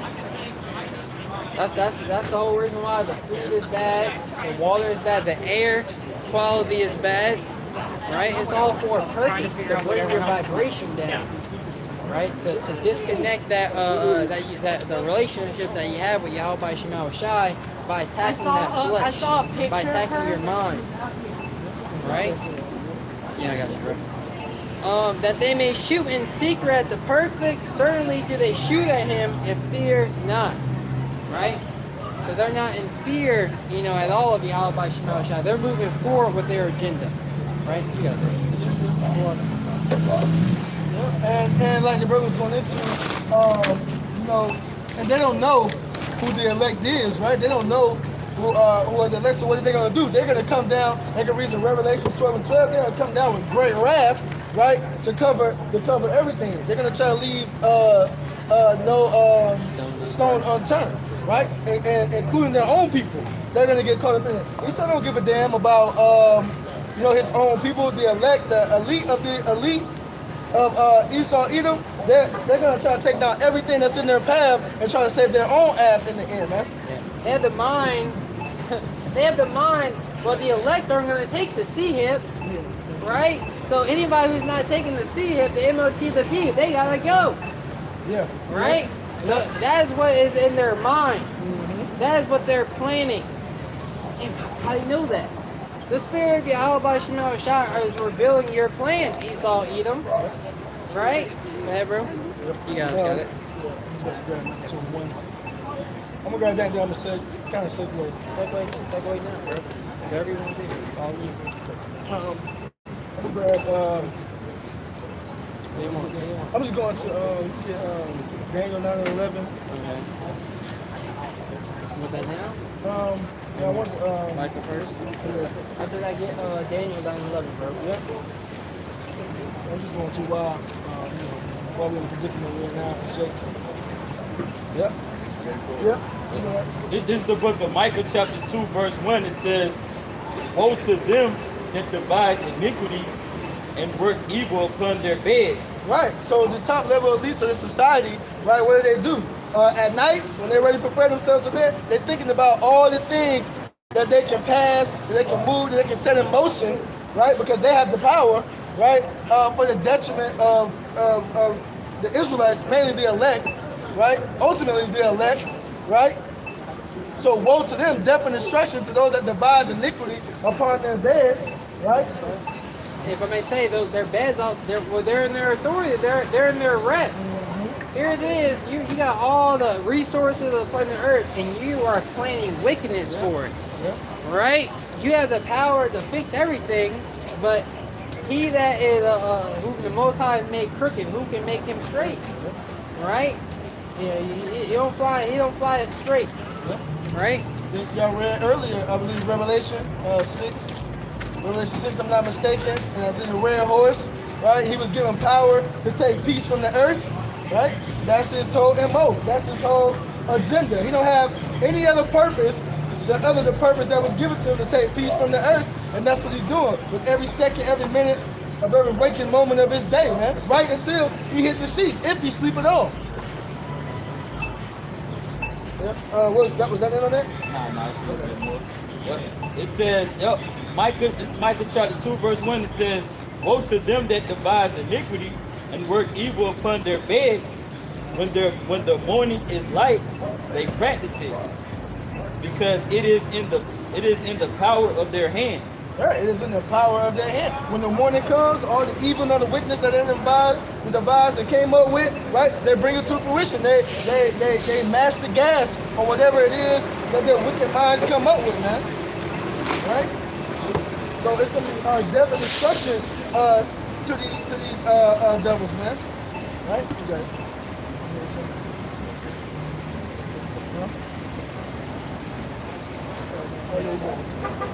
This is the book of Proverbs chapter 4 verse 16. It says, for they sleep not, except they have done mischief, and their sleep is taken away, unless they cause some to fall. Right. And ultimately, right, it's Esau, this devil, right? He don't get no, like I was saying through the spirit, he don't get no sleep if he ain't bringing no wickedness to the world or no evil doings unto fruition. And 2/3 of our people, Jakes, you so-called Negroes, Latinos, and Native Americans, have taken on that mindset, that mentality, right? Jake can't go to bed without hitting the blunt. Jake can't go eat without hitting the blunt. Jake can't end his night if he don't sleep with another dude's girl, right? Because those things have power over him, though, right? Their lust, their desires have power over them. This flesh, it has chained up that spirit, and locked up in there.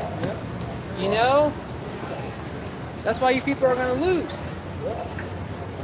That's why it takes this word to cleanse you. It takes this word to bring you up out of that darkness, right? But if you don't have it, right, and you don't think nothing of it, then what? You're going to continue on in your wickedness, continue on in your iniquity, right?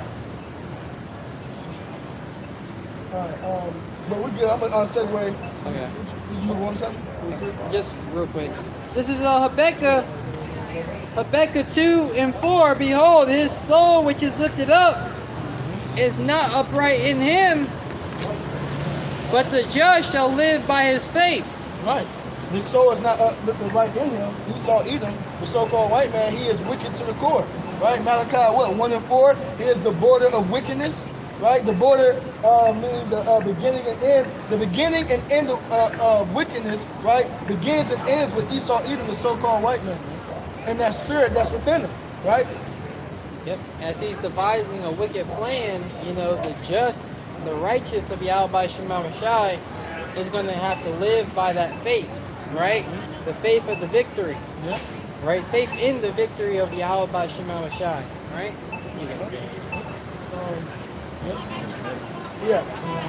This is the book of Daniel chapter 9 verse 11. It says, all Israel have transgressed thy law, even by departing, that they might not obey thy voice. Therefore the curse is poured upon us, and the oath that is written in the law of Moses, the servant of the Most High, because we have sinned against him. Right. And bringing that out, because what? The world is man ran in the wicked, right? Job 9:24, right? The world was given into the hand of the wicked, right? And he is pushing and propagating wickedness all throughout the four corners of the earth, right? But you Jakes, right, are supposed to be, you have a standard to live by, you have a way to live by, you have a certain way that was given to you from on high that you're supposed to be conducting yourself here on the earth, right?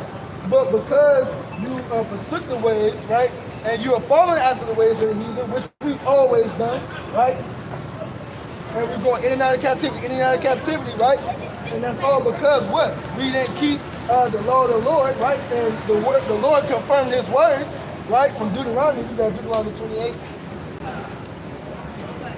right? And the Lord confirmed his words against Israel because what? We didn't uphold the ways of Yahweh Shem Yahushai, our power, right? The God of the Bible, who has a true chosen people of the Lord, which includes you so-called Negroes, Latinos, and Native American Indians, man. So-called. You got it. 28 and you start 15.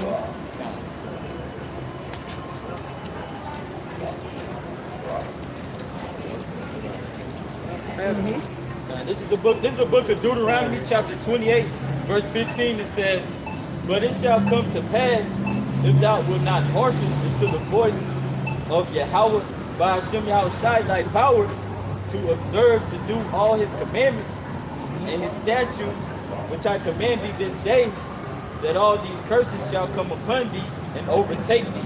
That's right. So what? If you made an oath, we made a covenant, we made an agreement with the Most High, you so-called Negroes, Latinos, and Native Americans, that what? That we will be obedient, that we will obey his laws, that we will follow after his ways, right? And running up and down the street, right, during Pride Month is against, right, the ways of Yahweh Shem Yahushai, right? But you Jakes, you so-called Negroes, Latinos, and Native Americans, right? You made an agreement. You made an oath with the Most High, man. Right? That's when a woman Yeah. had the household. Exactly. Yeah. But right. So you wonder why? Or where was the Most High doing slavery? Where was the Most High doing this? If God is real, how did this happen? Why did this happen? The scriptures is telling you right now, and you're still committing the well, the scriptures don't get into it. Read that one more time. Oh, if you can get Exodus 24:6 real quick. And you have some boom. Yeah. This is Baruch 4:26. In the house of Israel, which is called by thy name, hast thou laid to waste. Yasharallah. Yahweh Shai called us by his name, Israel, the Prince of Power, man. Right? And that's an honor, right? Because the name of the Lord is not something to be taken lightly, man. Right? Yep, and he calls us by his name, by again, Yasharallah, right? And you give your sons of God, your way, your authority, right? Read it again. It says, in the house which is called by thy name, thou hast laid to waste, and it has been seen to this day for the wickedness of the house of Israel in the house of Judah. Yep. O Lord our God, thou hast dealt with us after all thy goodness, and according to thy great mercy of thine, as thou hast spake by thy servant Moses in the day which thou didst command him to write thy law before the children of Israel. Yep. So the Lord, he dealt, he laid us to waste, right? After, but here it is. Before he did that, he showed us all type of mercy and compassion. He gave us instruction and law. He showed us a way that is superior to all other ways, right? But Jake didn't want to hearken. Jake didn't want to follow after the ways of Yahweh Shai. And that's why we got laid to waste, right? We didn't consider the benefit of being his chosen people. We didn't consider the mercies that the Lord would show us, by making us that top nation. So like they own the house, but they are not in charge of the management of it. We're just like serving for them. This is the book of Exodus, chapter 24, and verse 6. Shalom. Shalom, bro. Our people want to know if fire really burns. You know what I'm saying? Tell a child don't go to the fire. Is it hot? Yeah. The baby in the stove. Yeah. Not gonna know until you touch it. Or like you tell the kids, parents tell them, come sit down. And then when they fall off that top bunk, and they crying, you go back downstairs to, get down in the kitchen and hear that bump. You're like, damn, what was that? And then you hear crying and wailing. That's Israel.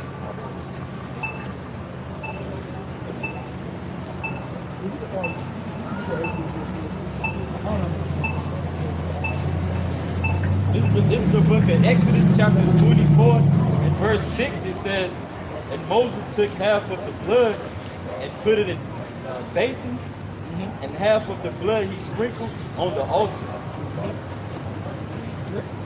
Verse 7, it says, and he took the book of the covenant and read in the audience of the people, and they said, all that the Lord hath said will we do, and be obedient. That's right. That was the agreement. That was the covenant, right? That we would listen to all what the Lord said do, right? And be obedient, right? That's the main thing, being obedient to the Lord, man. Right? Following after the ways of the Lord, the laws, statutes, and commandments of the Lord, man. Right?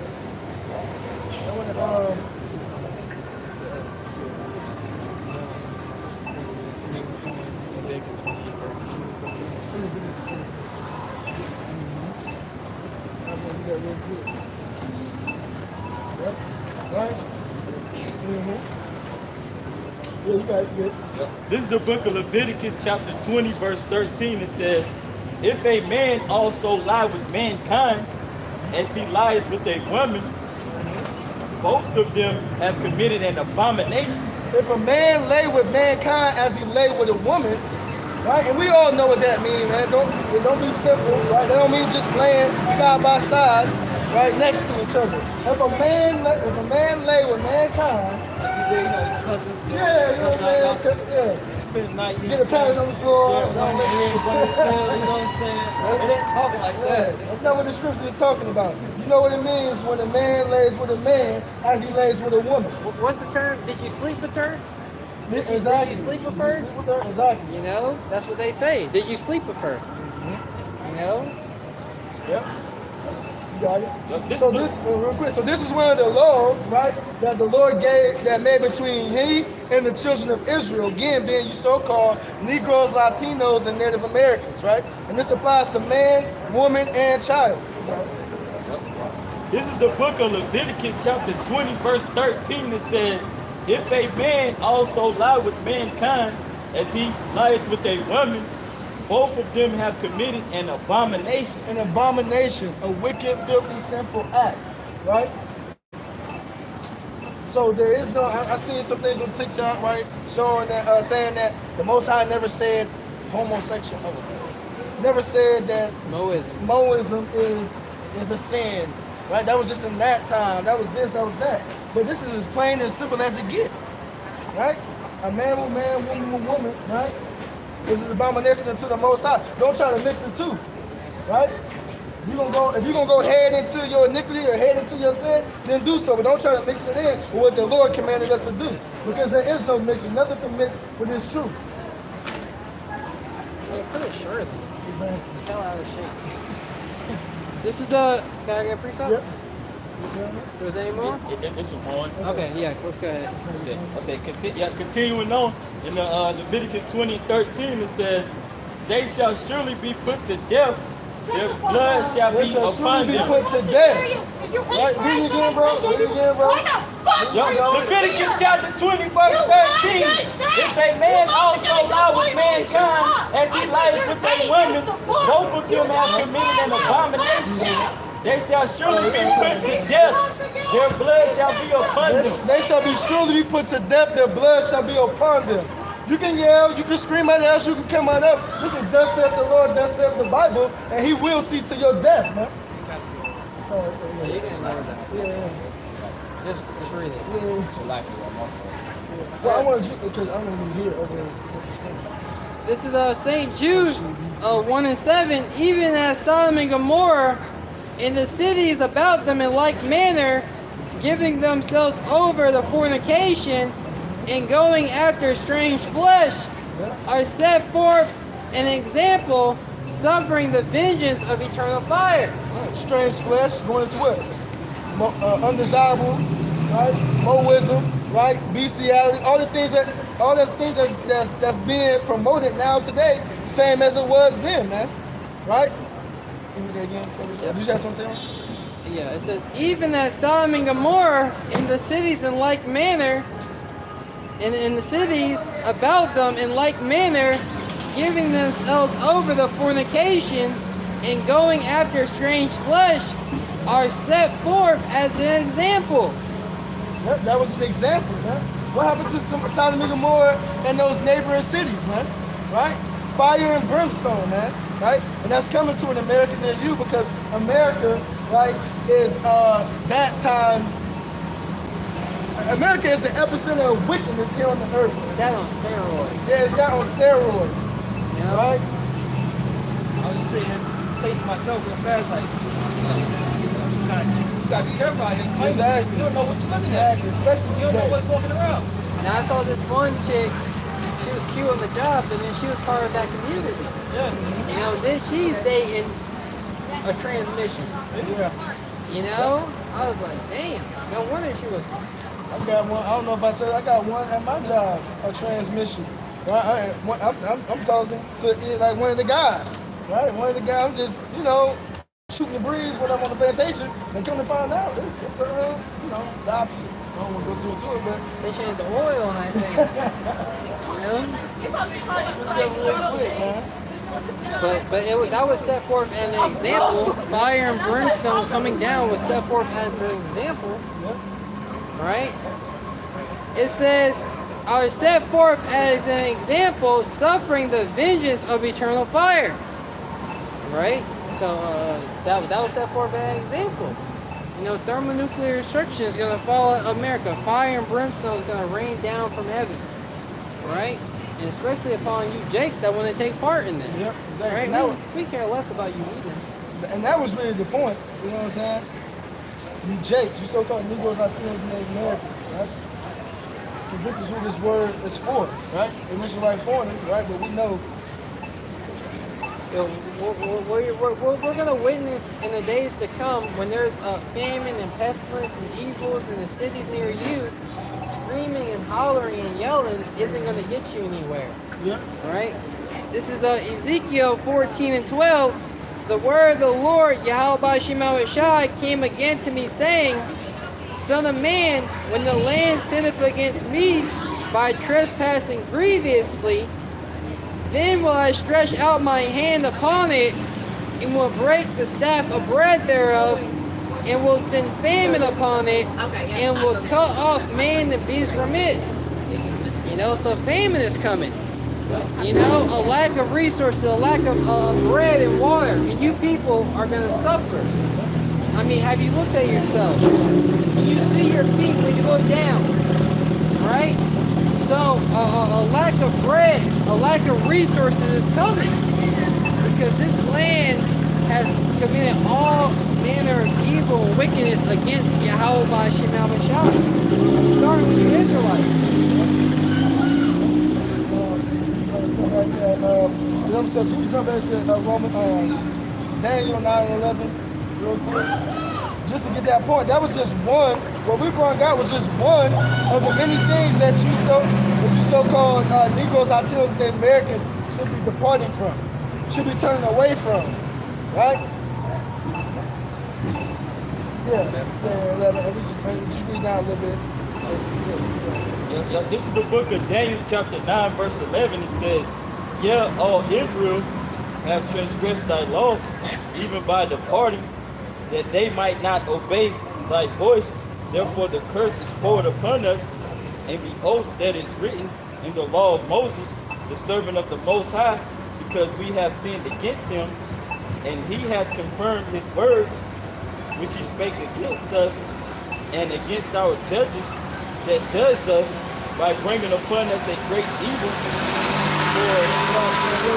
Right, he has confirmed his words, right? So in Deuteronomy, right, when it says, in Exodus, when we said we were going to be obedient, when we were going to seek after the Lord, when we were going to do the things that he commanded us to do, right? But we forsook it, and we turned away, and we condoned the things that's going on around today. And that's not the only thing, right? We got dietary laws, no shrimp, no pork, no crab, no lobster, things of that such, right? We have other laws, no sleeping with a woman who's already has a man, right? Committing adultery, a woman stepping out on your husband, sleeping with another man, committing adultery, getting tattoos all over your body, smoking weed, blunts, cigarettes, Black and Miles, or what may have you, right? Defiling your temple, right?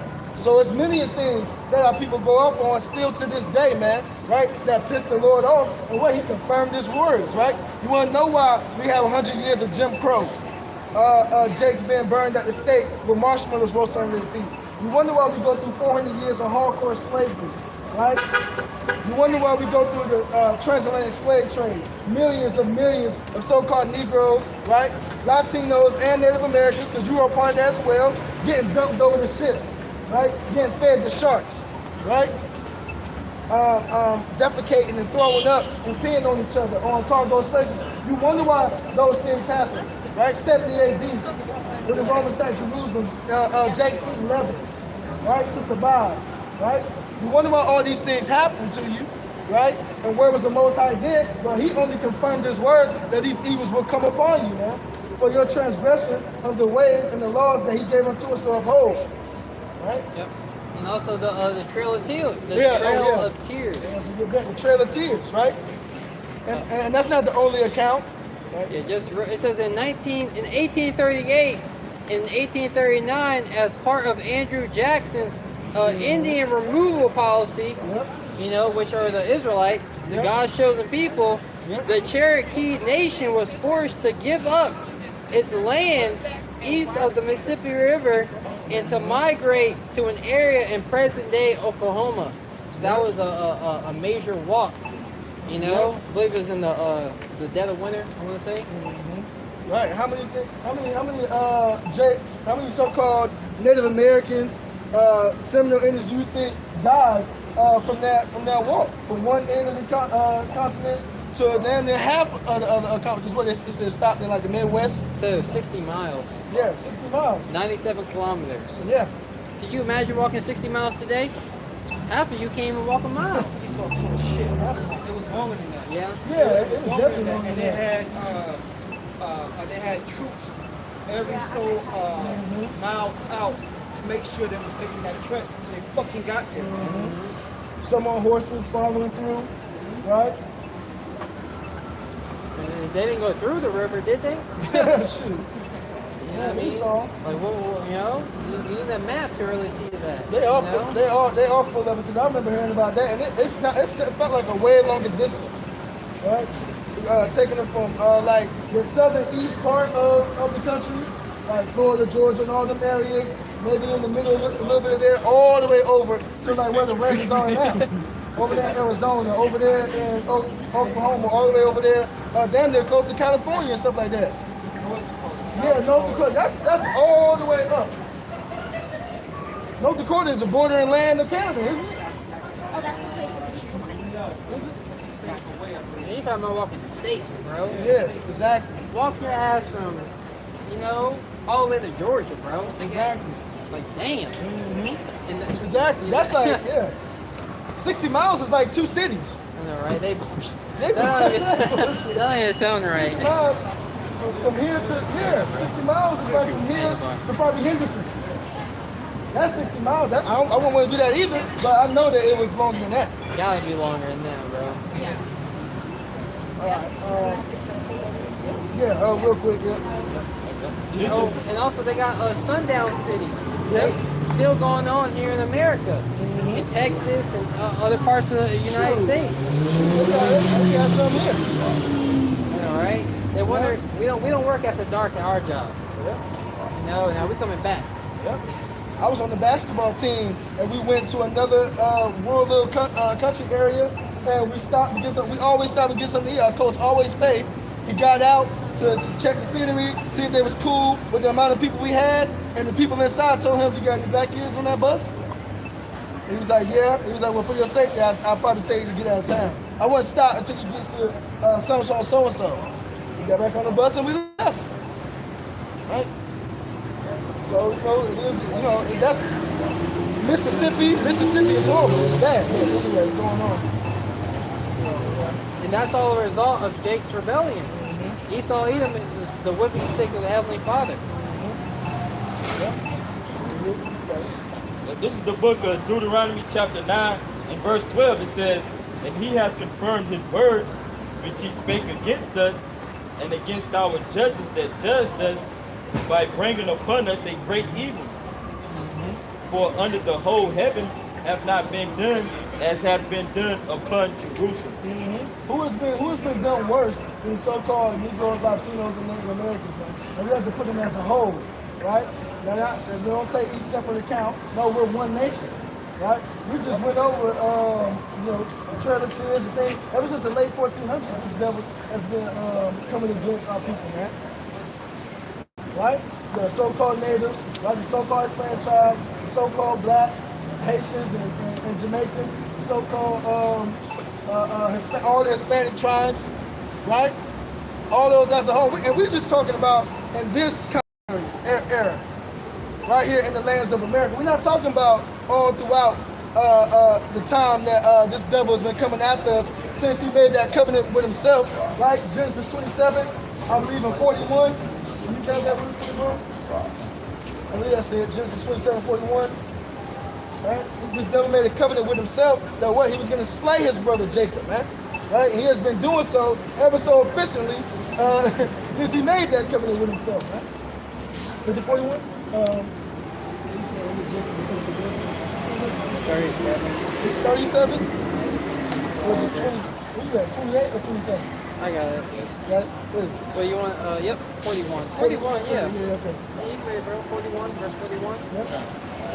This is the book of Genesis, chapter 27 and verse 41. It says, "And Esau hated Jacob because of the blessing wherewith his father blessed him. And Esau said in his heart, the days of mourning for my Exactly. But they're right. That's what it's all about. This devil, he wanted his blood. He wanted his birthright back, right? That Jacob supplanted him for, man. Right? You got it. That's why the scriptures say, that's the accuser of my brethren, right? And then Habakkuk 2:15. Woe to them that give their neighbor strong drinks, so they say may look upon their nakedness. He's doing everything in his power to lead this the true chosen people of the Lord astray, right? And then he's pointing fingers to the Most High. You see what they're doing? They're down there eating shrimp, pork, crab, lobster. You see what they're doing? They're sleeping with each other, man with man, woman with woman. You see what they're doing? They're doing this, they're doing that. But what? He's behind all the things that are propagated, right? To lead our people astray. Right? All in hope. Right? And that ultimate, right, that Dorito, right, that he's going to implement to try to utterly destroy Jacob altogether, so that what? So that he can say, well, if I eradicate Israel off the face of the earth, there'd be no choice but to get my birthright back, man. Because when the sons die, you have an inheritance. And a son, if the oldest dies, it falls on the next in line. Yeah. Right? Isaac had two sons, Jacob and Esau. If Jacob would have died before he received that inheritance, then Esau, it would fall back to him. Yeah. Right? We're going to see that word shame too. I just want to say something real quick. It says something about conscience, right? Wearing your head, the shame, a painful, guilty, like conscience. Every time one of these undesirables walk past the camp, they'll give a little smirk, like they know exactly what's being said up here, or we could be on a whole other topic, but they know that what we're bringing out condemns the lifestyle they're living, right? We might not even be talking about that no more, but they know because the spirit is riling them demons up in there, man. You got it, man. Yep. This is the book of Genesis, chapter 27 and verse 41. It says, and Esau hated Jacob because of the blessing wherewith his father blessed him. And Esau said in his heart, the days of mourning for my father are at hand. Then will I slay my brother Jacob. Then will I slay my brother Jacob.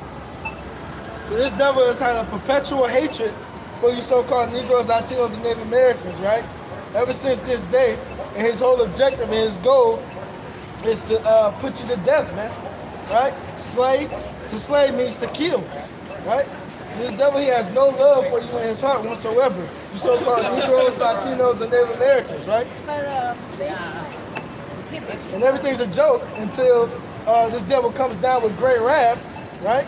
And you jakes who trust him and love him so much, right, are going to be at the end of his sword soon coming, man.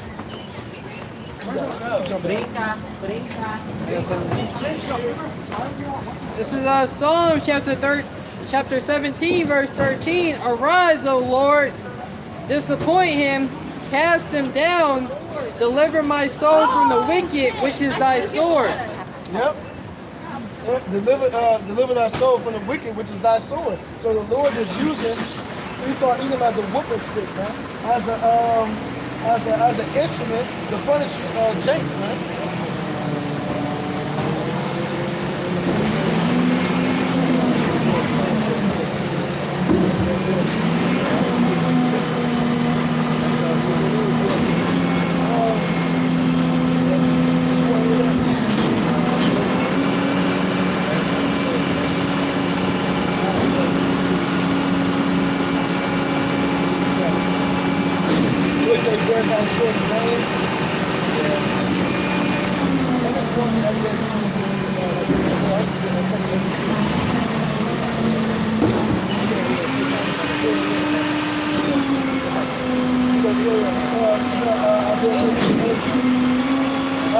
So I'm just saying all that to say that you so-called Negroes, Latinos, and Native Americans, a very troubling time is coming on the face of the earth, man. Right? Perilous times are coming on the face of the earth. Hell, destruction, and chaos is about to ensue upon the face of the earth. The day of the Lord is rapidly approaching, man. This is the book of Isaiah, chapter 13, verse 8. This is the book of Isaiah, chapter 13, and verse 6. It says, how ye, for the day of the Lord is at hand, it shall come as a destruction from the Almighty. do any? Yeah, it said, how ye for the day of the Lord is at hand, right? And brothers gonna get the definition of the word how, right? And we're gonna see what this scripture says. It says the day of the Lord, right? Everybody loves the Lord. They can't wait till sweet baby Jesus return back and come back, right? The day of the Lord, right? So we're gonna see what these scriptures entail as it pertains to the day of the Lord, man. It's 2023, and the people who are supposed to know how the Lord is coming back have zero idea how the Lord's coming back and how they're supposed to be conducting themselves upon his return. Right? If you don't have none, It says a long, loud, doleful cry uttered by an animal such as a dog or a wolf. Yep, it was doubtful. Doleful? Dolphin. Yeah, doleful goes into expressing sorrow or mourning. Yeah, so how ye, right, which would usually come from an animal in distress, right, or expressing sorrow, right, but we're talking about the people on the earth, man, right, specifically the so-called Negroes, Latinos, Native Americans, the Israelites, right, the true chosen people of the Lord. How ye for the day of the Lord at hand, right? There's going to be screeches, screams, right? There's going to be scrump that have never been. People are going to be, you're going to be hearing stuff that you never heard before, man, right? Women, old ladies, men, right? Who think themselves to be tough, and in these situations are going to crumble, are going to faint. Minds are going to fail them, man. You got it, bro. Right? How ye for the day of the Lord is at hand. No, it says it's on this side. You just go down. Yeah. This is the book of Isaiah chapter 13 and verse 7. It says, therefore shall all hands be faint, and every man's heart shall melt. Go back.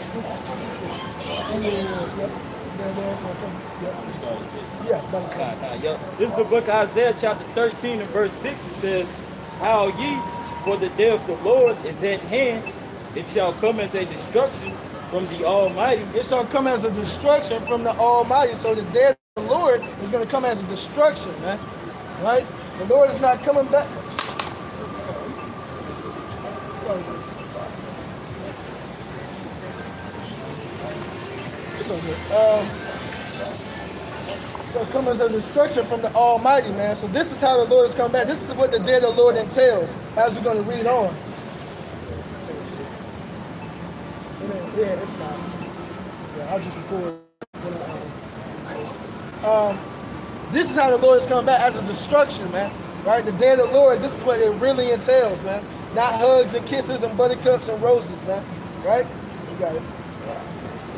This is verse 7. It says, therefore shall all hands be faint, and every man's heart shall melt. Right. They're not going to be able to do anything. All hands shall be faint. That word faint going into weak.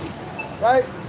And we say, and their heart shall melt, right? Because the mind, right? The word heart, going back to the Hebrew word lav, which means your mind, right? Shall melt. People are going to be having mental breakdowns, right? Not going to be able to know what their right from their left, right? What to do, because they don't have the answers. They don't have the wisdom, knowledge, understanding that was supposed to keep them stable in the times that are coming. You can grab that, Isaiah 13:6, right? Because this is the time now that we're in to be getting right with the Lord, to build up your mind and prepare yourself for the times ahead, right? Because there'll be no excuse, there'll be no wiggling your way out of it when hell and destruction comes upon the face of the earth. You got it? This is the book of Isaiah chapter 33 and verse 6. It says, and wisdom and knowledge shall be the stability of thy times. What wisdom? What knowledge? The wisdom, knowledge, understanding of Yahweh shall be the stability of thy times, man. Right? Pride will not deliver you, right? In the times that are about to before the face of the earth, man. Right? And strength of salvation. And this wisdom, knowledge, and understanding is the only thing that's going to keep us stable in these times, and it is the strength of our salvation. Our salvation is predicated off of this wisdom, knowledge, and understanding that we are to receive right now, right? Not later, right? Make no tarrying to turn to the Lord. Yeah, because your enemy is about to roll on you. Exactly. Right? We're given the instructions on how to overcome his plans. You know, and that's going to be the power of our salvation, right? That's what we have to hold fast to, these instructions that we are giving, right? Because it's the enemy's plans. They think in their minds that a famine is going to cause the elect of Yahweh by Shema Shai to bow down to them, right? It's in their minds that if they come in with troops and cut off supplies and just all have anarchy in hell, that the men of the Lord are going to be crying out for this nigga for help. And that's not how it's going to be, right? That wisdom and knowledge is going to be our stability. That's our treasure, right? Being obedient is our treasure, right? That's what we're going to use to cash out, right, in the times of trouble. Right? They're saying riches profits not in the day of wrath, right? But wisdom, knowledge, understanding profit in the day of wrath. And this, what it say, the fear of the Lord, right? Where it is present, right? It turneth away wrath, right? Right? And the fear of the Lord, we know that to be wisdom, right? And departing from evil, understanding. Right. I got something right there. Oh yeah, real quick. Yeah. It said, and it said, the fear of the Lord is his treasure. Right, there it is. The fear of the Lord is his treasure. Right, you got it. Yeah, that's it. Yeah, it's his treasure. Like brother just broke it down, right? This treasure, this is what we're gonna use to cash in that day, man. When you treasure something, right? Being obedient to the Lord, which is the fear of the Lord, right? When you treasure something, right, you hold it above everything else, right? You got a favorite pair of shoes, you got a favorite piece of jewelry, a watch, a necklace, you got a favorite this, favorite that. You treasure that item above all other things. You got some, busted up Nikes, then you got some Jordans, you wear them Jordans to step out, you wear your Air Forces, run around in the street or whatever you do, right? There's levels, right? And those of the righteous of Yahweh Shema Shai treasure, right? The wisdom, knowledge, and understanding, because we know that that's what's going to keep us stable when society breaks down. Yeah, I got it. Zephaniah 1 and 14, the great day of the Lord is near, and hasteth greatly. Even the voice of the day of the Lord, the mighty men shall cry there bitterly. Yep, it says the day of the Lord is hasting. It's coming and it's near and it's here. And when we say the day of the Lord, yes, we are talking about, his actual return, yes, but also the days leading up unto his return, man, right? And we are here, we're in the beginning stages, right, of the day of the Lord, waiting upon his return, because he will return in your lifetime, right? Can you read that last part again? Yep, it says the mighty men shall cry there bitterly. The mighty men, right? And who is mighty in this society? You got the top level elites, right? Who are mighty in this society, right? Or anybody else that think that they have something. Those that have guns or in the military or men of war. Yeah, men of war, right? They're gonna cry bitterly. So how much more for you everyday average Joe Americans who can't even walk up and down the street without gasping, man? For brothers that seen that movie, that TV show Berserk, it's gonna be like the last episode. All hell is just gonna break loose. Is there anyone still alive? It's gonna get serious out here. But it says that day is a day of wrath, a day of trouble. The day of the Lord is a day of wrath, a day of trouble, right? So where does anybody else who claims to be men of the Lord come to tell you that that there's going to be no tribulation or hardship, or that the day of the Lord is just peaches and cream, man, right? Because that's what people want to hear. They want the seers to prophesy smooth things, right, and deceits. But the Bible is telling you clear cut that the day of the Lord is a day of wrath and a day of trouble, right? Yep, part of that trouble is going to be what? Jacob's trouble, exactly. The trouble for you so-called Negroes, Latinos, and Native Americans. When society, as you know, is going to break down. No more going to the grocery store. No more, going to the shopping malls and getting your favorite desserts and things like that. All that is going to come to an end. right? No more cooking food on your house electric stove when this power grid gets shut down.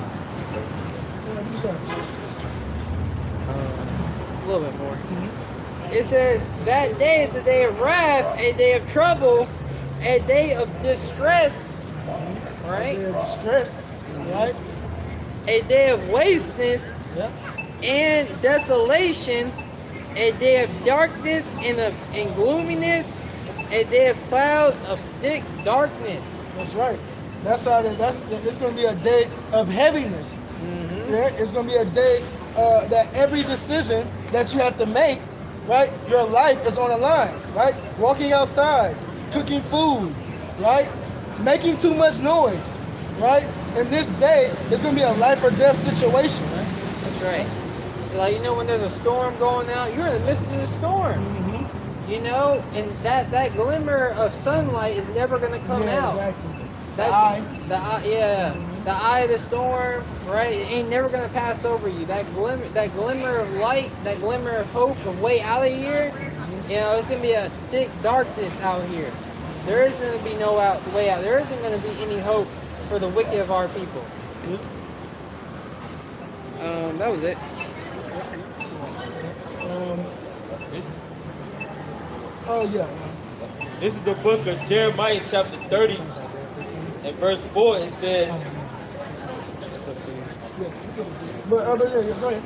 this is the book of Jeremiah, chapter 30, and verse 4. It says, and these are the words that the Lord spake concerning Israel and concerning Judah. Yep. So he's talking about the nation of Israel, man. These are the words that the Lord is bringing forth to you Israelites, man. Again, you so-called Negroes, Latinos, and Native Americans. You got it? Verse 5, it says, for thus saith the Lord, we have heard a voice of trembling, of fear, and not of peace. Right. And what's the voice of the Lord? You see it, right? The minute of the Lord, right? Amos 3:7, right? The Lord, I will do nothing. So I will reveal the secrets unto his servants, the prophets, right? And it's a voice of fear and trembling. This is a message. The overtone of our message is a message of warning, right? We're trying to warn you, Jakes, that it's imperative that you turn back to the Lord before it's too late. We're going to go when we get. You got it. Verse 6, it says, ask ye now, and see whether a man doeth travail with child. Wherefore do I see every man with his hands on his loins? Right. Ask yourself, do you see men giving birth? Right? No. But in this vision that's being seen, right? You're saying that Jeremiah is saying that why do I see men wailing, crying, right?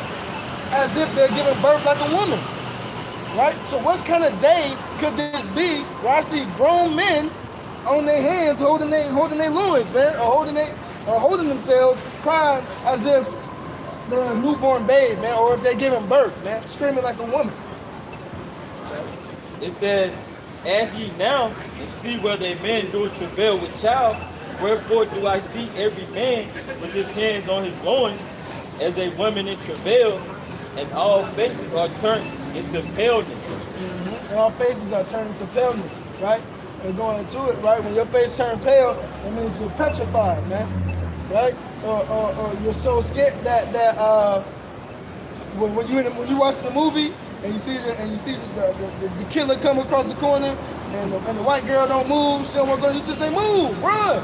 She can't, because she's in so much fear that her body is locked down. Her mind has failed, because what? In order for your body to move, your mind has to process it, right, to be able to do it. But if your mind is gone, right, if you're having a mental breakdown, nothing else is going to work. Everything else is shut down. If you have an anxiety attack, you actually just don't know what's going on. It's like a ringing noise. Mm-hmm. You know, that's what the day of the Lord is going to be like. And when they see fear, the fear is going to be so great. It's like when you watch those World War II movies and the bomb go off next to them, they got that noise, and the dude's yelling at him. He's like, he's just dazed. It sounds like it's far away, Yeah. but he's right next to him. Exactly. That's how people are going to be reacting, right? You know, there's fight or flight, but there's also what? The state of fear consuming you. There's a petrification. Pet- Being pet- petrified. Yep. You got it. This is the book of Jeremiah, chapter 30, verse 7. It says, at last, for that day is great, so that none is like it. Right. At last that day is great. There's none is like it. So the day that we're talking about, you can't compare it to any, no other day can you compare it to the time that's about to before the face of the earth. Slavery, 70 AD, all the top is Jim Crow, right?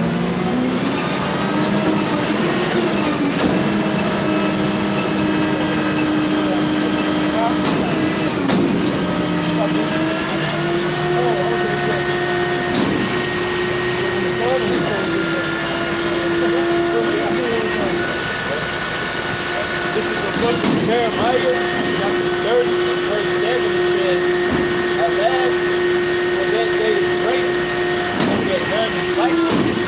It is even the time of Jacob's trouble, but he shall be saved out of it. Right. This time that's about to before the face of the earth, you can't compare it to no other time period that's happened. Any atrocity, any bad time, combined can compare to the time that's about to before the face of the earth, and it's called Jacob's trouble. Why? Because Jacob, who is the progenitor of you so-called Negroes, Latinos, and Native Americans, right? It's the time of Jacob's trouble because you Jakes had the time to repent. You had the time to turn back. You actually had a chance for salvation and deliverance from these times, right? But the majority of the nation is going to perish and die because they want to continue in the ways of the world, continue after the ways of the heathen, right? But it says, but Jacob shall be saved out of it. Not the whole nation, but a remnant, the elect. You got a pie chart. You cut it in thirds. You got 2/3, which is the majority, and you got 1/3, which is the minority. That remnant, the 1/3, shall be saved. 2/3, the majority, shall perish and die in this time because they didn't want to take this time to get right. I've been hustling all day, trying to get that cake up out it all day. Oh, I didn't go back there. Did you? Oh, because it goes down to me. It's up to you, bro. I can aim this song real quick. You know how much did you drop it? It's cool. If you dropped it, you just go Amos 5. Amos chapter 5, verse 18. Woe unto you that desire the day of the Lord. Woe unto you that desire the day of the Lord. Our people, we're talking about the hypocrites of our people. Oh, I can't wait for the Lord to come back. The Lord this, the Lord that, right?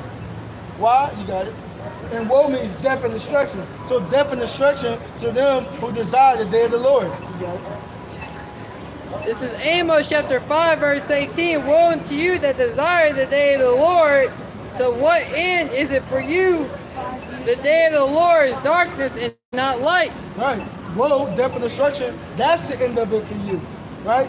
Because the people who claim to want to see the day of the Lord are not actually doing the things that the Lord, are not following the blueprint that the Lord left, right? That the true chosen people, the people of righteousness, right? Who are actually following after him, you're not following after the ways that you should be, right? Upon his return, right? So woe, death and destruction to you who say, who desire the day of the Lord, but really don't know the Lord, man. You're not doing none of the things that he commanded you to do in his absence. That's right. You got these day of the circumcision. Exactly. Right? Telling their congregation they can have sex on the Sabbath. Yeah. You know, that the new moon's the full moon, right? But, you know, wherever you keep it, you know, the full moon's the new moon's the full moon, right? Vice versa, it's the same thing, right? But, you know, ultimately, you know, day of the circumcision are not preparing their minds for what's coming. And thinking everything's an Israelite party. You know, got some hood music playing at their Passover, at the Pesach. Yep. You know? Show on, bro. Shalom. All right. You know, so here it is. All these things are happening. You know, in the earth, and Jake is not preparing himself for a time of trouble that we've never seen on the earth before. You know, it's going to get very bad. You know, your government wants to stop the incoming of food, right? The incoming of resources. You know? But this is Amos chapter 5, verse 19. As if a man did flee from a lion, and a bear met him. So the day of the Lord, as if a man did flee from a lion and a bear met him. Fleeing from a lion, fleeing from a bear. I mean, neither one of those sound like a good time. So what? The day of the Lord is going to be a time where you go from one bad situation to another bad situation. Having to run from a lion is bad enough, but what, a bear is just as versatile, if not more. A bear can climb. A bear can get up to speeds of 25 miles an hour. A bear can swim, right?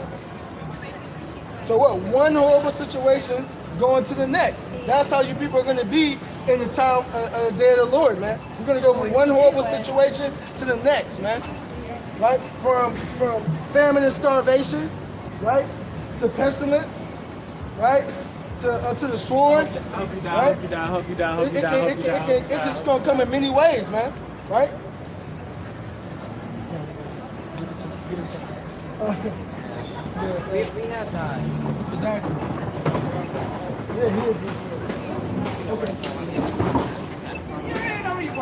This is Amos chapter 5, verse 19. As if a man did flee from a lion, and a bear met him, or went into the house and leaned his hand on the wall, and the serpent bit him. So the Lord is going to put you people in positions that you're going to make it out of one horrible situation, right?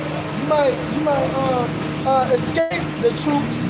You might escape the cannibals, right? And go into and find yourself starving to death, right? Another horrible situation, not having no food. But then the Lord might give you some berries, give you something to eat. You go to another situation, but what? Now you're sick. Now you ate something that you didn't really know what it was. You drank some water, some still water, not fresh, contaminated water. So from two bad situations to a situation where you thought you were safe, to a situation where you thought you were good, because a house represents refuge, right? You lay your hand in the house and a snake bit you. A snake is something subtle. A snake is something that you may not see on the first glance. You least expect it.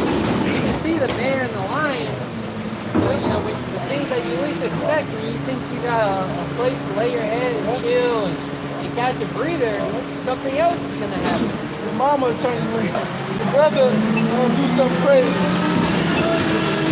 Eat your baby or something. You never know what it is, man.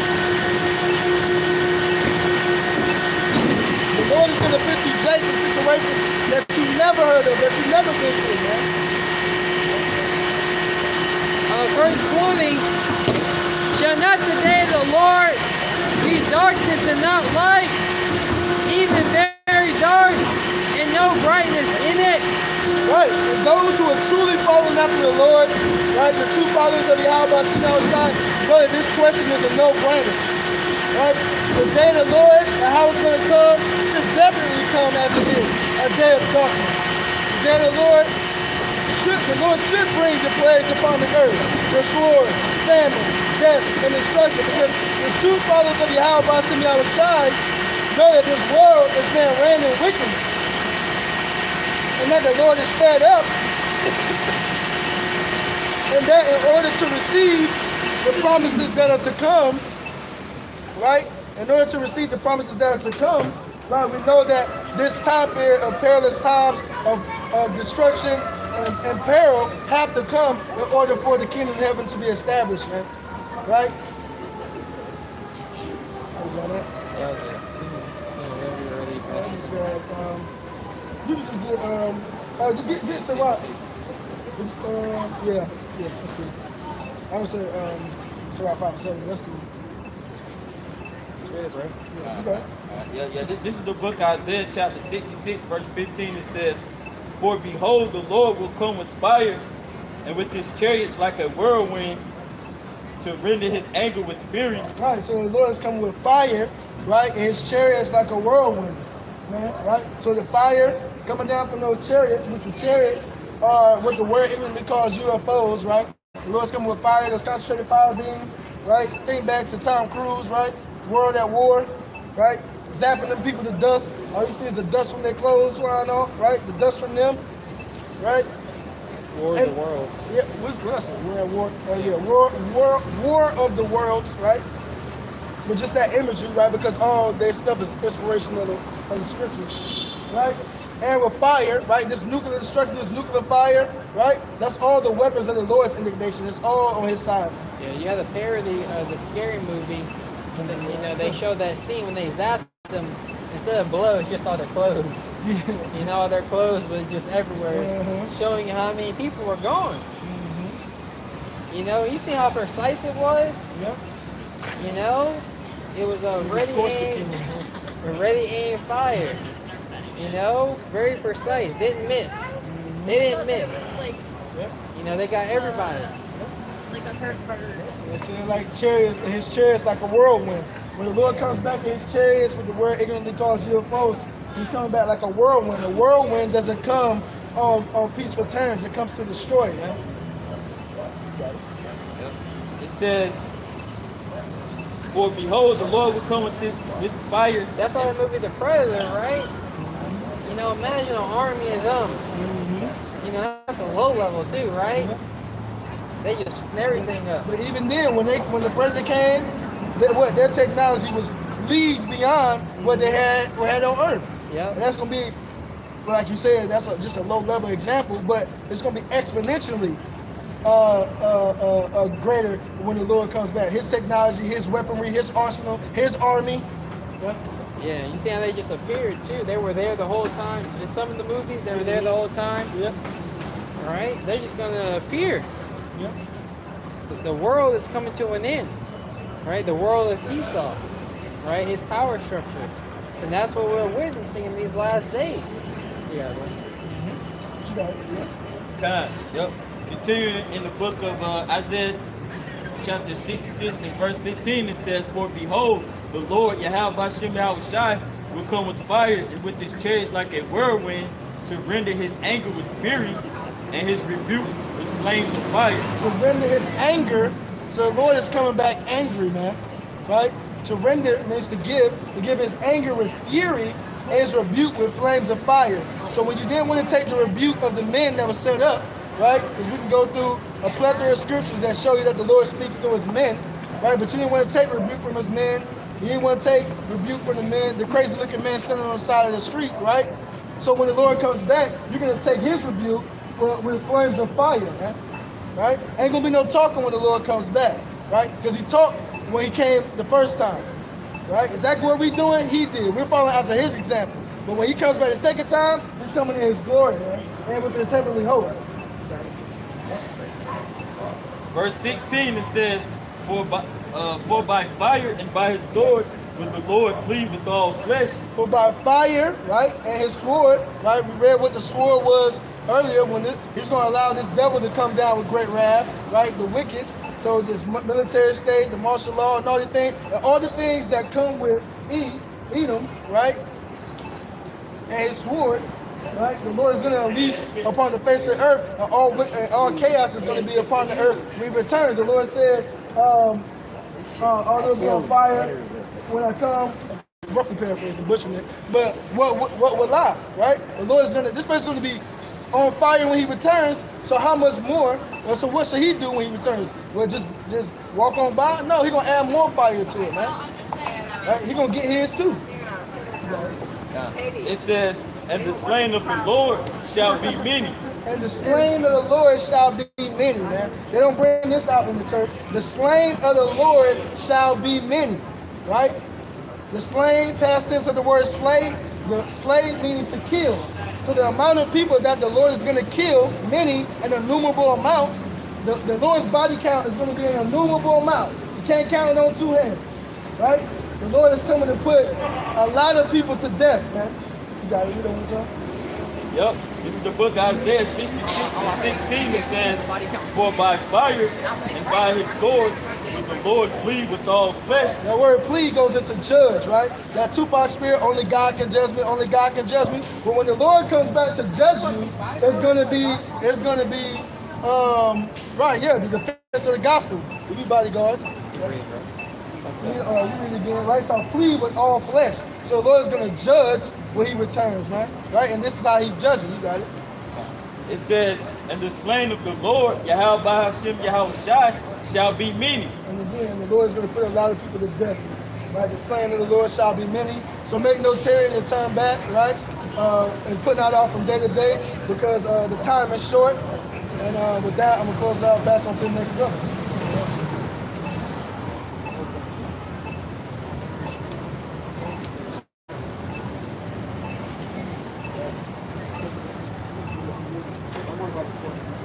regular.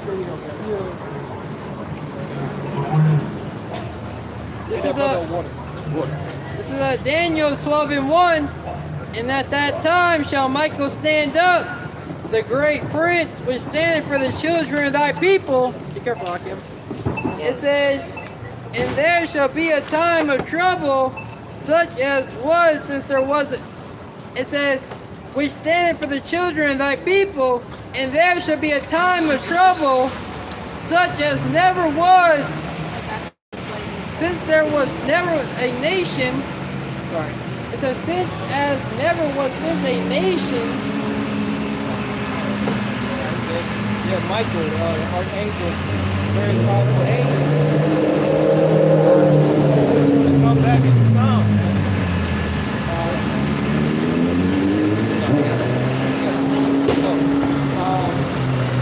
And rightfully so, because the children of Israel, the elect, want to need that help, man. Okay, the ones the Lord is not real certain power to. All right, they're going to need a helping hand these last days. And for the ones of our people that's not taking this word, they're going to have to run to those idols. All right, because they're worshiping right now from the state. They're going to have to run, you know, to what they call Jesus Christ. He allows this. How was Father now? Did we get Revelation 12? Yeah, we did. Yeah.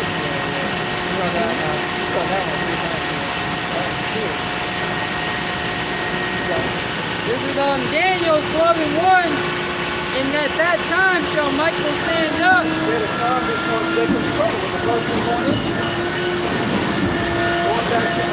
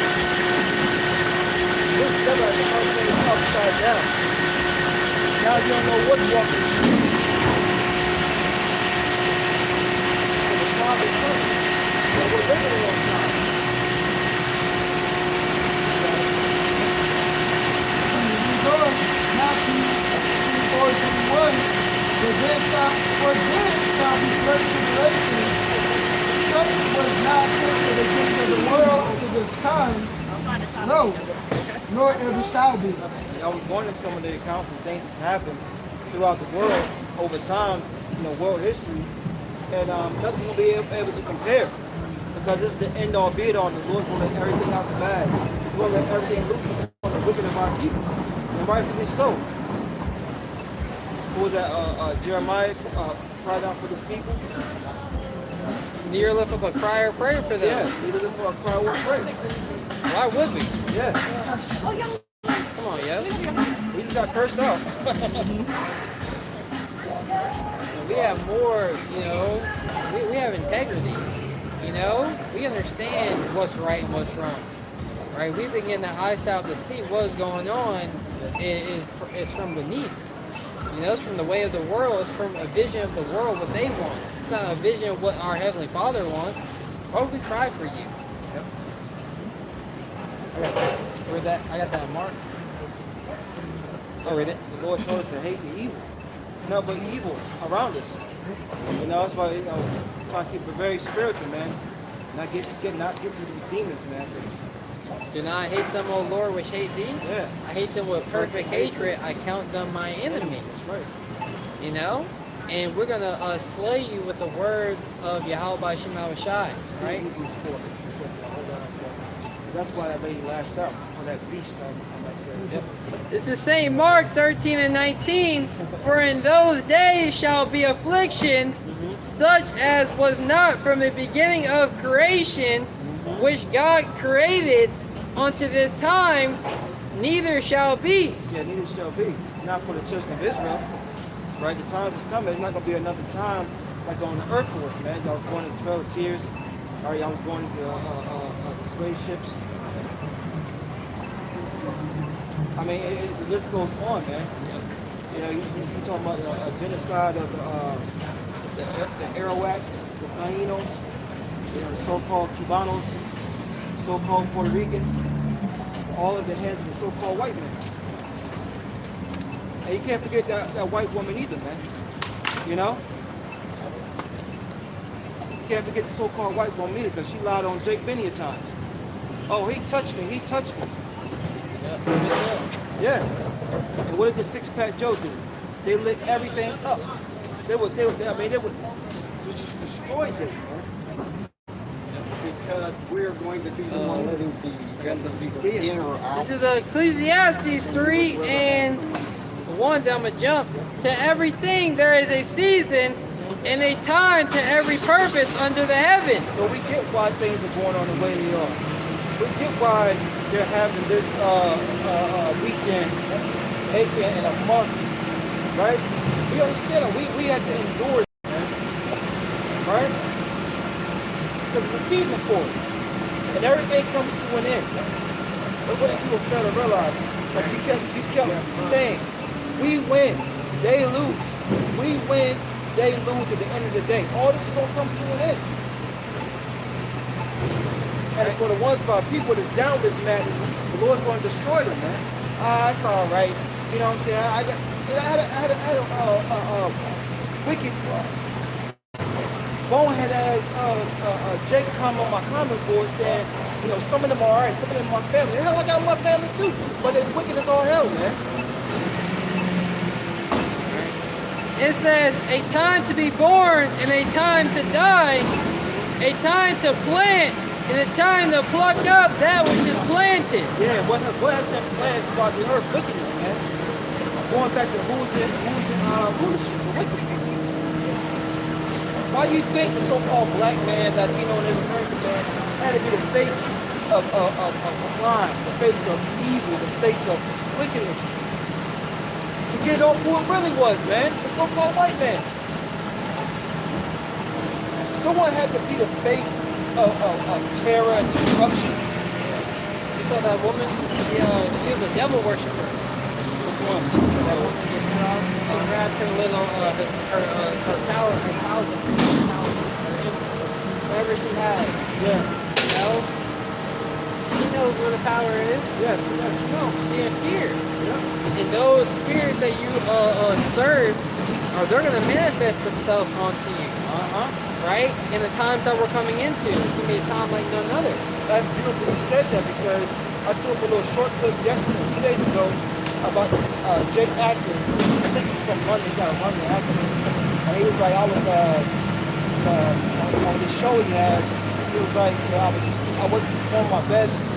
Like, you know, he wasn't coming to me. So he was like, huh?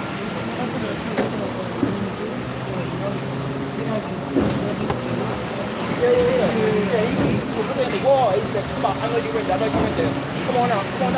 You know, like, show yourself to me. And he said, Yeah, alter ego. yeah. You know, they have just like we have a spirit of light in us. They have a spirit of darkness in them.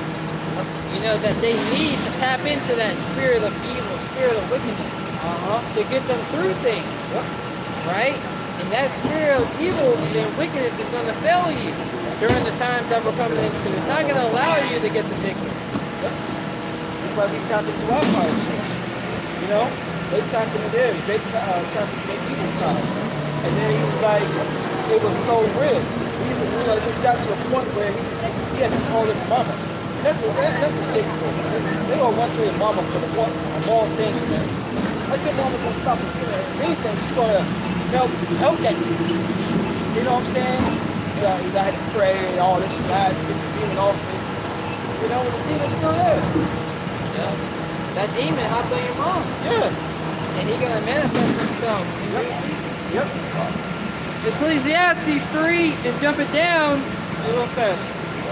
How do you think Esau gets the image for these demons like that game Diablo, that game from the screen in New York? Yeah. You know, they see these demons, man. Or you watched the movie The Nun, you know, or Exorcist. Yeah. I seen the first one. Yeah, they had the nun picture. Well, they had a paranormal activity. Yeah. And one of them, they had the picture of the nun, which is another demon. Yep. Right? And I was remember when I was in the world, I watched that movie. That shit chills down my throat. Yeah. Like, that's a real demon. That's real. You know? That's real. That's a real spirit right there. And you know, I remember right before I was coming to the truth, one of those demons actually followed us home in the car. You know, I saw it in the rear view of my mirror. You know, and I had to cast that demon out through the spirit and power of Yahweh Shema Shai out of the house once I got built up in the faith. Yep. Right? Right. You gotta be careful you lay in your crib too. Yeah, you do. You know, everybody come over, see the crib. Fuck all that. Yeah. You know? Yep. Nah, we can meet up at the restaurant. Yeah, exactly. You know? Shit, even then you gotta wipe the, you know? Yep. That, you know, you really don't want these people around you. They're your enemy. They have Satan on them, and Satan wants to jump on you. That's right.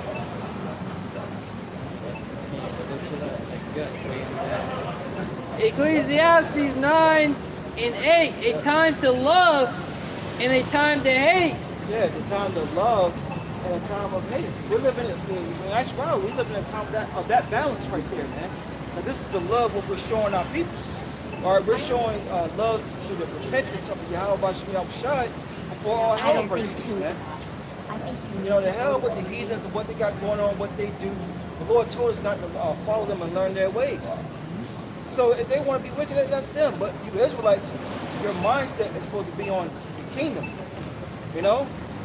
Like, oh boy, how being part of the kingdom? Well, it starts with seeking the Lord, man, during this grace period. This is the true love. And it's also time to hate what? Wickedness, evil. I heard a brother say this. As soon as he, you know, gets up and, you know, walks out the door, there it is. It's all there. You know?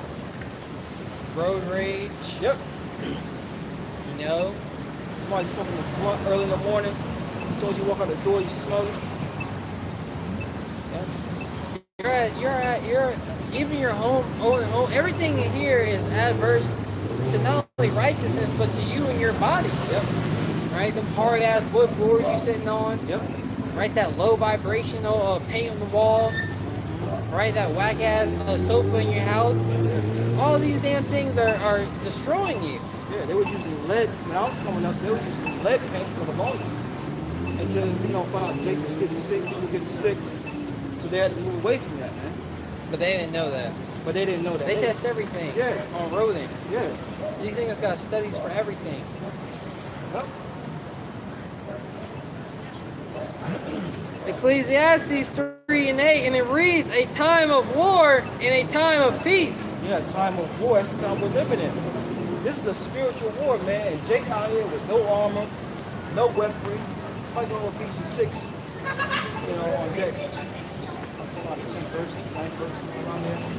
You know, Jake is walking out here with no spiritual weapon.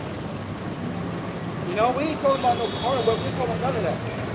The scripture said the weapon of our warfare is not carnal, man. I got that. Yeah. This is 2 Corinthians chapter 10, verse 4. Yep. For the weapons of our warfare are not carnal, but mighty through the Most High to the pulling down of strongholds. See, our power lies in this word, pulling down the lies of the so-called white man, what he has pushed out here, man. You know, what's okay, what's not okay. We're telling on all the lies. He's not the beauty. We the beauty. You know what I'm saying? We tell them that, man. Not people hate us for that. They hate us with a passion. But guess what? It's going to be on them. It's going to be on them in that day. We have a lot. Wait, where the fuck is it at though? Cause I'm trying to park down there too, cause I'm tired of paying fucking. Read it again. It says, for the weapons of our warfare are not carnal, but mighty through the Most High to the pulling down of strongholds. Yeah, mighty through who you can call God and Jesus. All right, we're pulling down the stronghold of the lies. All right, philosophies and doctrines being pushed out here. You know, especially the woman being over the man. That's a major one here in Babylon the Great, the daughter of Babylon. Yep. You get tired of seeing these butchy, manly ass women, man. Even with your woman you deal with, she got those strongholds down in her mind. Gotta be pulled down as well. Yep. You know, if she want to dwell peacefully in that house, Yep. right? Yep. That's a battle. Yep. It says a stronghold. I got the definition. Huh. A place that has been fortified so as to protect it from attacks. Yeah, man. And we have to protect it. Right? No weapon formed against us shall prosper. All right? Yep, that truth is attacking your mind. It's attacking your belief system. It's attacking the way you live. It's attacking your thoughts, right? And that's why you people are so offended. You see that? This truth is attacking you. It's attacking the way you live down here upon the earth. Discerning thoughts and intent of the heart. Right? That's how we have to discern who's wicked and who's not, man. Whether you get that with this word. Yeah. You know? It's a beautiful thing. I can't wait for the Lord to show us about people and leaders, man.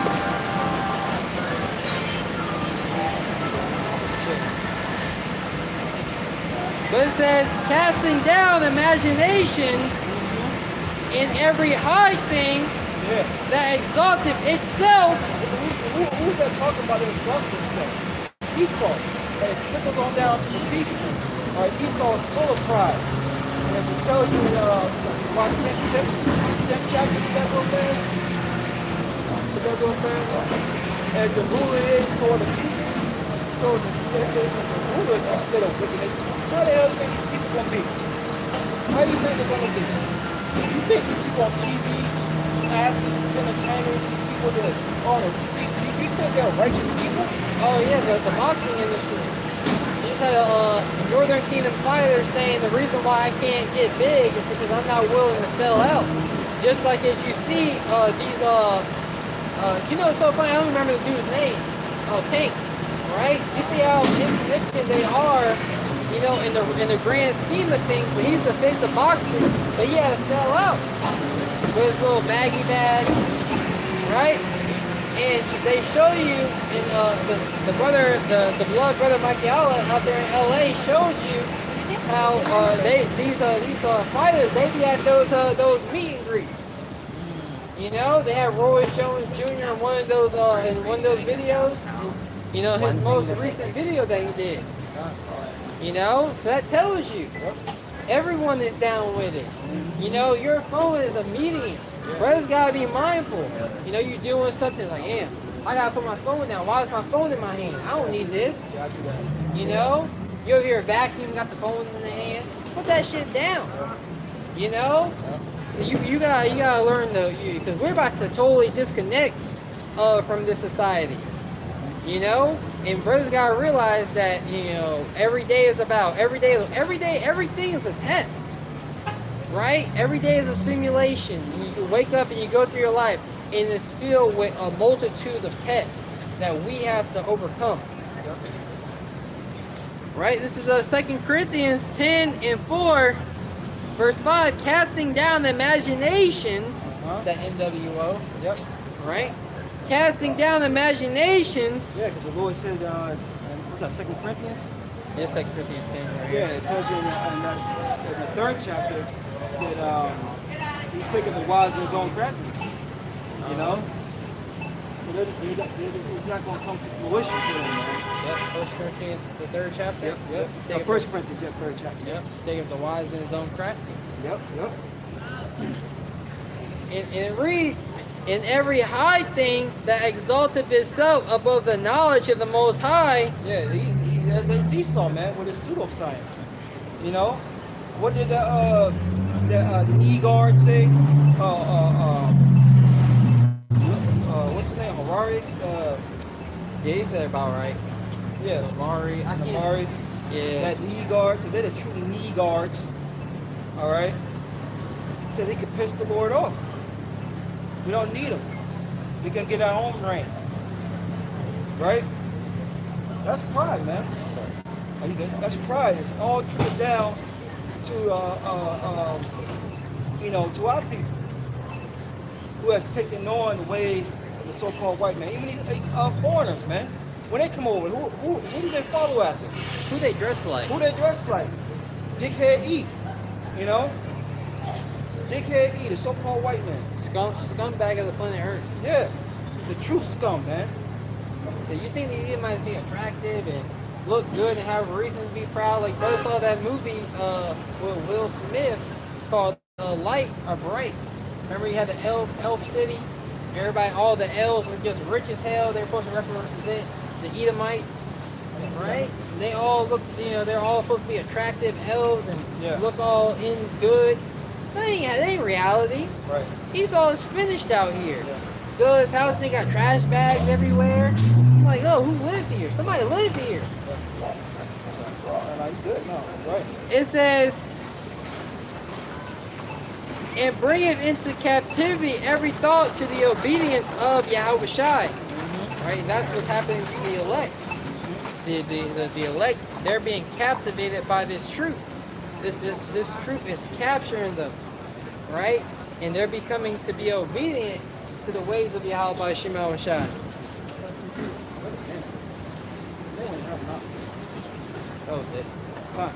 So, what was the other one again? Yeah. Oh, yeah, that's rock. 7, 10. It's about 10. Oh, it's not. Sirach 10 and 2. Yeah. Sirach 10 and 2, as the judge, Start at top. Sirach chapter 10, a wise judge will instruct his people. Yeah, a wise judge. Right? Why do we think King Solomon asked for wisdom? So that he can instruct the people. That's what it's about, instructing the people. People need guidance. People need the right way to go about things. Order needs to be established. You know what I'm saying? If you have a kingdom, just make it smaller, right? You have a household. You want your household to be in order. Yep. You want your kids to listen to you. You want everyone, because men, we're visionaries. Well, a man of prudence is a visionary. Yep. And he sees things a certain way. He sees things how he wants it. Yep. Right? And it's up to, people to follow in order. And your woman is supposed to accompany that, right? Yep. The kids are supposed to accompany that. Right? Same thing in the kingdom. Yep. If King Solomon wants to rule the nation of Israel, he wants things to be in order. Right? Less headaches. Less headaches for him. Less stress for him. Yeah. That's why here in America, the top, the people who govern the society, they don't try to establish any order until what? Until something happens. Yep. As the brother is saying, real men of prudence are visionaries, right? The wise man perceived the evil. He perceived certain problems, so he sets things in place so that things don't get wild. But here in America, it's all about order. Exactly. You set the stuff off and then try to bring order to it so that they can assert the power that they have over the people. Yeah, the unrighteous laws and decrees. That's why scripture say, woe unto them. Chaos does not bring order. Right. Order brings order. Right? And that's what he is sadly mistaken. He believes chaos brings order. Chaos is order in his eyes. You know what I mean? So he's causing chaos in the world, and he thinks he's able to establish a new order, a new way of life, through chaos, through deception, through deceit, and everything. Throughout the 3rd chapter, he was suspicious. I only know it in my head if it wasn't attached. My parents live in the building right down there. This is Sirach 10 and 1. A wise judge will instruct his people, and the government of a prudent man is well ordered. That's the last part.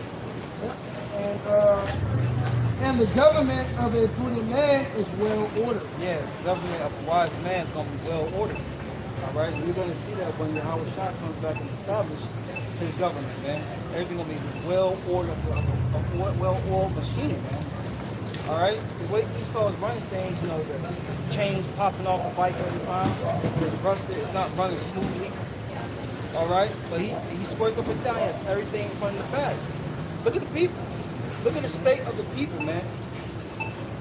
Look. You know, why you worry about us? Why you cursing us out? You supposed to be happy. You supposed to be, you know, living it up. You know, you got your bulls, your goblins, your gremlins out with you. Why are you worrying about us? But it's because the way the rulers are, that's how the people are. Esau, he was a brute beast. And look at these people. Everyone's in a brute state. Low level, vibration very low. Common sense. You know, they were saying that you shouldn't call common sense common anymore. You should call it rare sense. You know, it's of a rarity if anyone does anything rational. Right? Yep.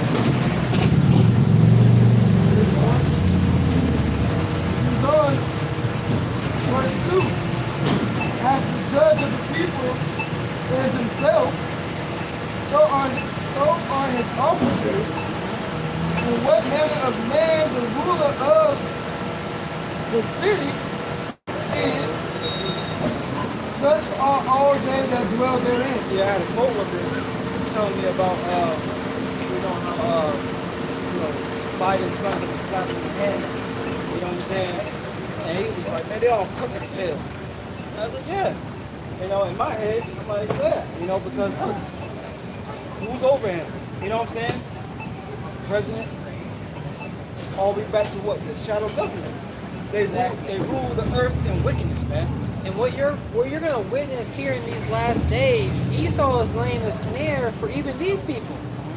When things hit the fan, you know who they're gonna come after? These people. These Edomite supremacists, right? They're gonna come after these people, right? As they have made war, right? Esau Edom is funding both sides of this war.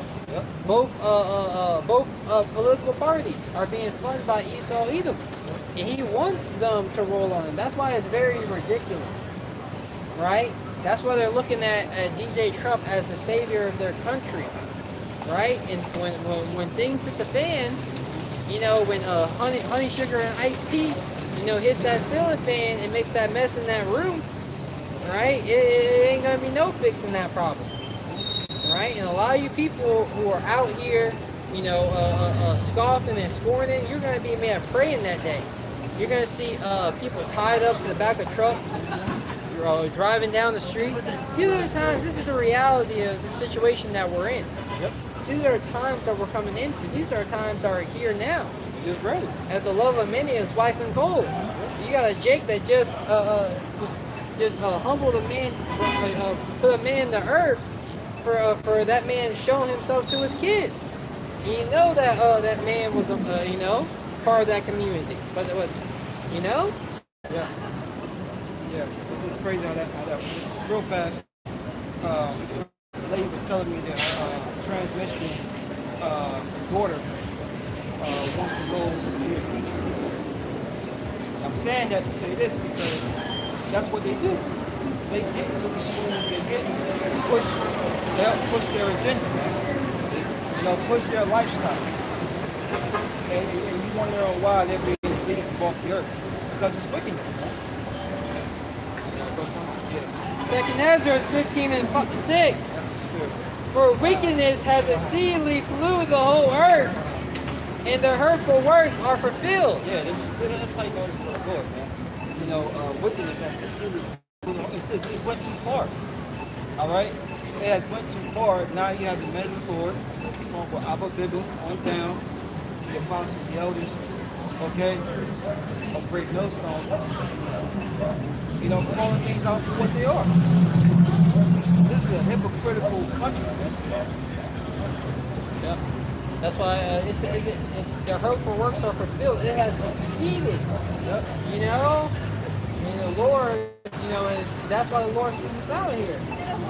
You know, the pride of thine heart has deceived thee. thou that dwellest in the clefts of the rocks. You know? Like once.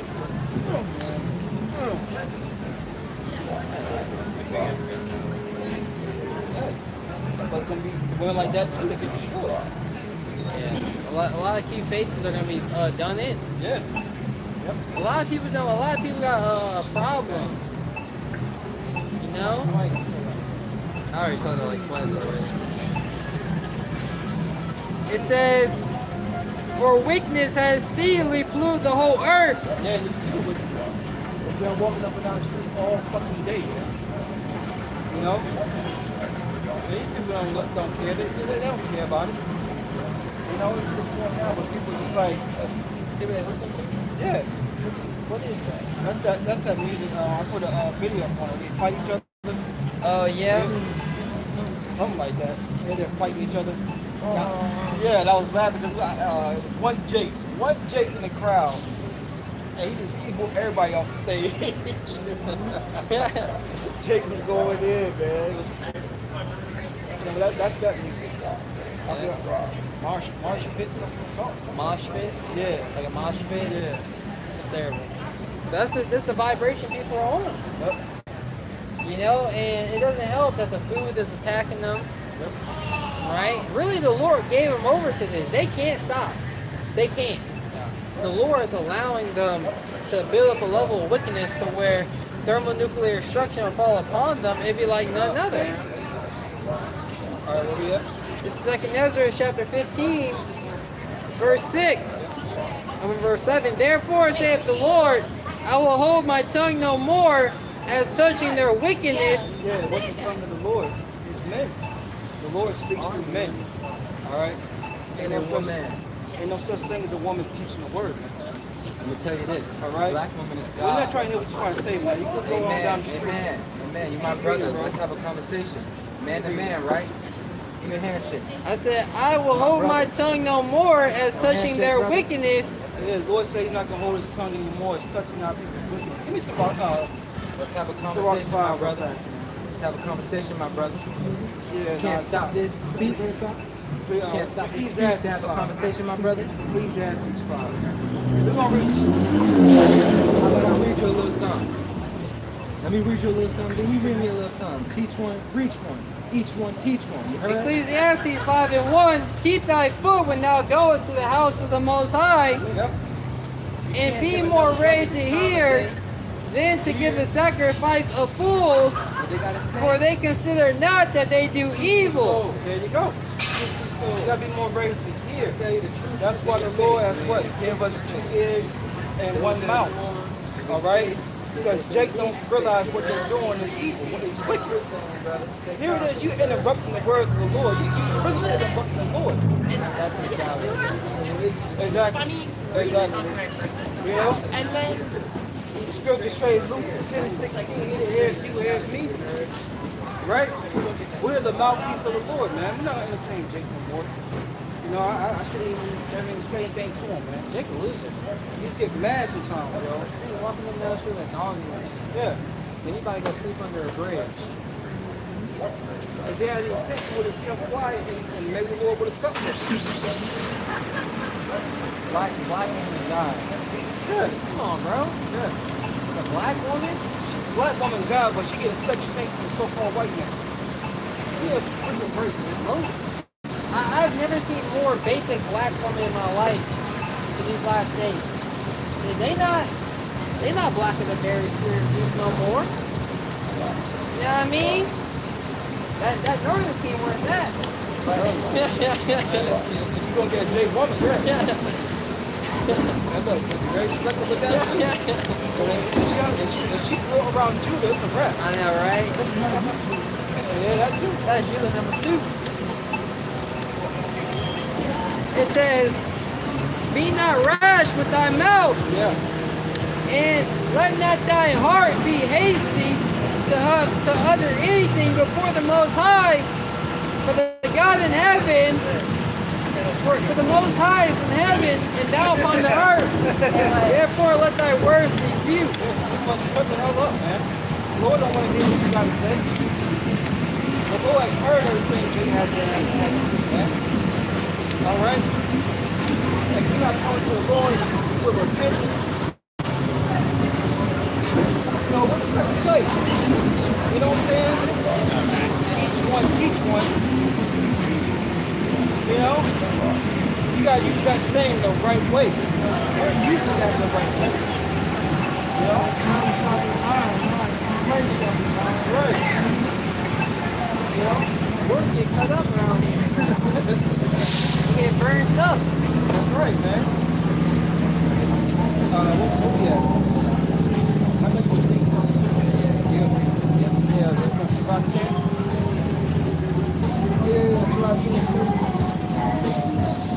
It also goes to a lack of respect, man. You on my mind like all the time. You genuine and you fine. Bitch, you like dollar sign. We'll be all that and then some. Job on, man, income.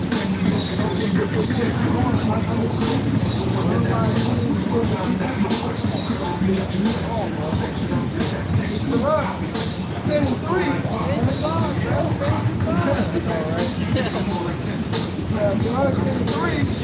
And that wise king destroyed his people. That's how you know it's called. Even the so-called white man is not wise.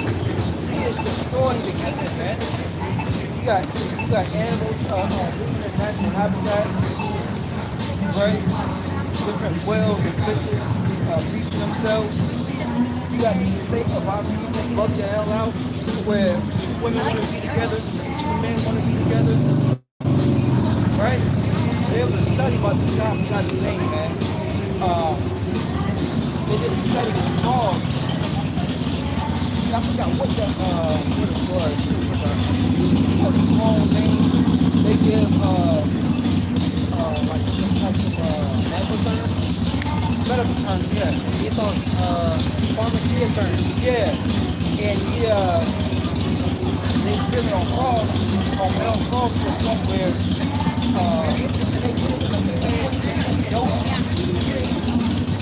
You got it. Yeah, we get it. oh, okay. They did a 20% dosage to turn a male frog's mind to only want to deal with male frogs. So they took that and put it in food products. I'm gonna find that video and send it to us in the chat. And they put it in a 300% in the food tier. Yeah. I believe that. You had that episode of Family Guy, you know, where they had the bomb they turned Peter into a moat. Yeah. He took a shot. Yeah. You know? Yep. I mean, why else? Hey look, exactly. I know a woman told me, she was like, yo, like, I don't know what's wrong with me. I don't have no type of drive for sex or nothing. Yeah. You know what I'm saying? And then that same lady told me, she was like, I know it has something to do with my diet. But she could, you know? Yeah, women's hormones are under attack. Yeah. Just like our hormones, everything's under attack. Yeah. The hormones, how you react, how you handle situations, right? Yeah. That masculine and feminine energy is very important, Yep. right? It's good for a man to uphold a certain level of masculinity, right? And the food is meant to change the house man and vice versa for the woman. So we won't be disturbed. The way I want it, baby. It's just you and me. I'm just feeling through my head.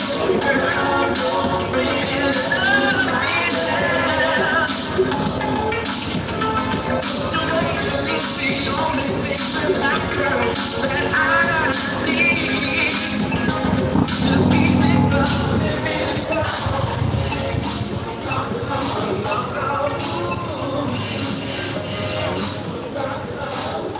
Ecclesiastes chapter 10, verse 3. And that wise king destroyed his people, but through the prudence of them which are in authority, the city shall be inhabited. Right, man. Upon a righteous authority. Alright? Who's gonna go gonna be in a state of happiness. Even the heathens, man, because they don't get a fair and a righteous judgment, man. No one's getting a fair and righteous judgment except for the higher ups, the ones who have money, right? It's all about what you can, who you can pay off. The God of this world is mammon, man.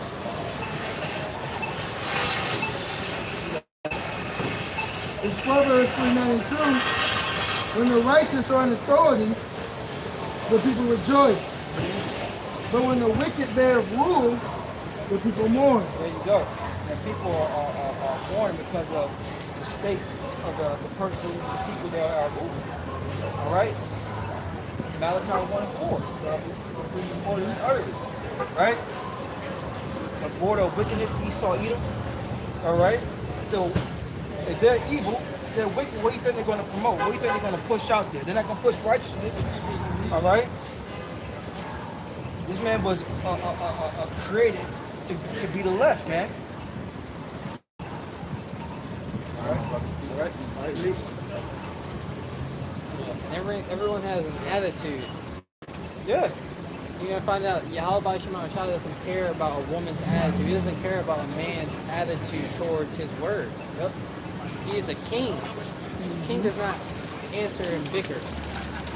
You know, he gives out orders. Yep. And he's gonna give out order to his holy angels to judge the inhabitants of the earth.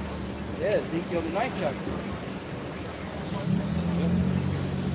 You got walls falling on the heads of people that offended the men of the Lord, man. You know, Brother Rob did a video on that, man. You know, someone highly offended him. And a freaking wall fell on their head. A wall, bro. You know what I'm saying? Yep. Tell you about that Jake that I think curses upon his Achilles. You know, bro, he fractured his Achilles. Yep. Man was in the boot for a whole year. Yep. Man. You know? You end up not being able to use that. Yep, that ligament. And they didn't want to give him a worker. Yeah, they didn't want to give him workers' comp. But they made him work. Good. You know, if you want to, you gotta keep working here. Good. You know? We ain't got, like you quoted, like you said, you know, the Lord can get them back worse than what we can. Now the Lord hitting the pockets. You know? You ain't the, They'll just chop it in life. yep. Them stomachs are coming next. Yep.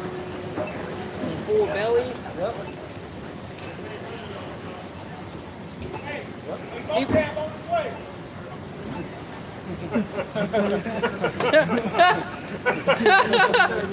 He's got vocab on the way. He knows them, don't he? He knows them. where he at though? I know, right? Vocab man. Yeah, vocab. I never finished that Ecclesiastes. Yeah, man.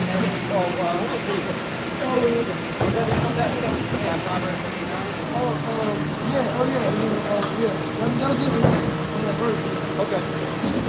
So back in 2nd Ezra 15 and 8, I will hold my tongue no more as touching their wickedness, which they profanely commit. And we laughed at him. Yeah. You know, the Lord ain't holding his tongue no more. The Lord is tired of you proud Edomites. Yeah. You know, starting with the elite Bacon family all the way down to Joe Smoke. Right? The Lord ain't holding his tongue no more. The Lord ain't holding back. You know, it's thus saith the Lord, thus saith the Holy Bible. Right? Vocab can't compete in the scriptures. You see what happened? He went down to Virginia. Yep. Right? Answer this, vocab. Right. Right around town. People right around town. No, go. Yeah. Hide the chain. I know, right? We got back up. Right. Let me go. Come on, get out of here. It says, I will hold my tongue no more as touching their wickedness, Right. which they profanely commit. And look, they profanely commit it now. This place has declared their sin in Sodom, man. You know, it's the scripture say. They hide it not. They hide it not. But do vocab ever get on them? When was the last time you heard him get on the alphabet? Never. Never. Because great fear is befalling those that saw this doctrine being preached. Yep. Right? This man is in great fear. You know, that's why he has to laugh things off. You know, that's why he has to, nit and pick, right? And try to go into the scriptures and search and find a way out. Right. But there is no way out. You know? That's right. We're talking about reality here. We're talking about a delusion in your mind. It says, which they profanely commit these things. They're doing things outside that which is holy, outside that which is hollow in the sight of the Lord, all across the four corners of the earth. Yep. You know, it says, neither will I suffer them in those things which they wickedly exercise themselves. Yeah, the Lord's gonna bring it to a stop, man. And it starts with us speaking. Yeah. You know, this place is being a skirt is being uncovered, man. Yep. You know, America is being exposed for the wicked country that it is, man. The nation that it is. Wicked practices. Yeah, and what it pushes. You wondering why the nations are mad? Going back to Jeremiah 51. You wonder why the nations are mad? Why Kenya? I forgot which African country it was. Oh yeah, damn. They told Kamala Harris to get the hell out of here, man. It was South. It was one of them. It wasn't Kenya though. It's all right. I mean, I can't. I forgot. There's so much information to contain. Really, it's because it's not so much as that's important. That's very small in the story.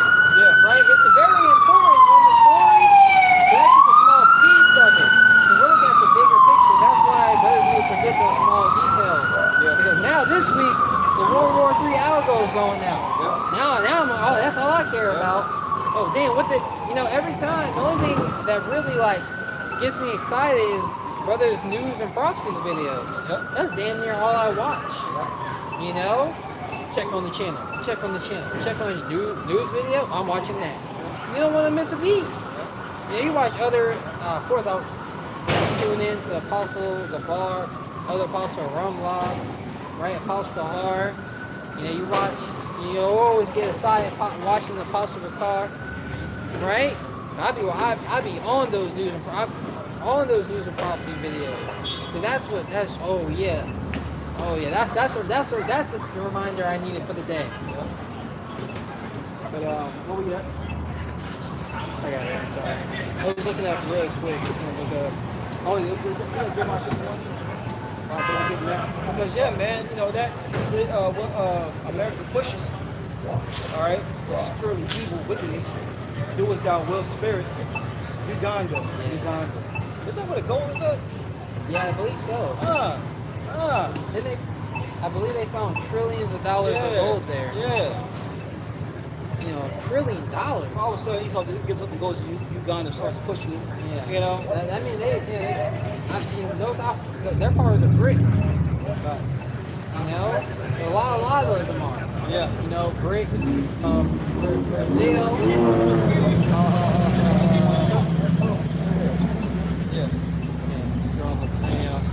All those countries, Brazil, China, all those countries over there, the BRICS nations, which is a few more. Yeah. Right, South Africa. I can't think of the acronym. All I'm thinking about is keeping our spirits up. Right, that's the knowledge I've been consuming. News and prophecy videos. You know what's current.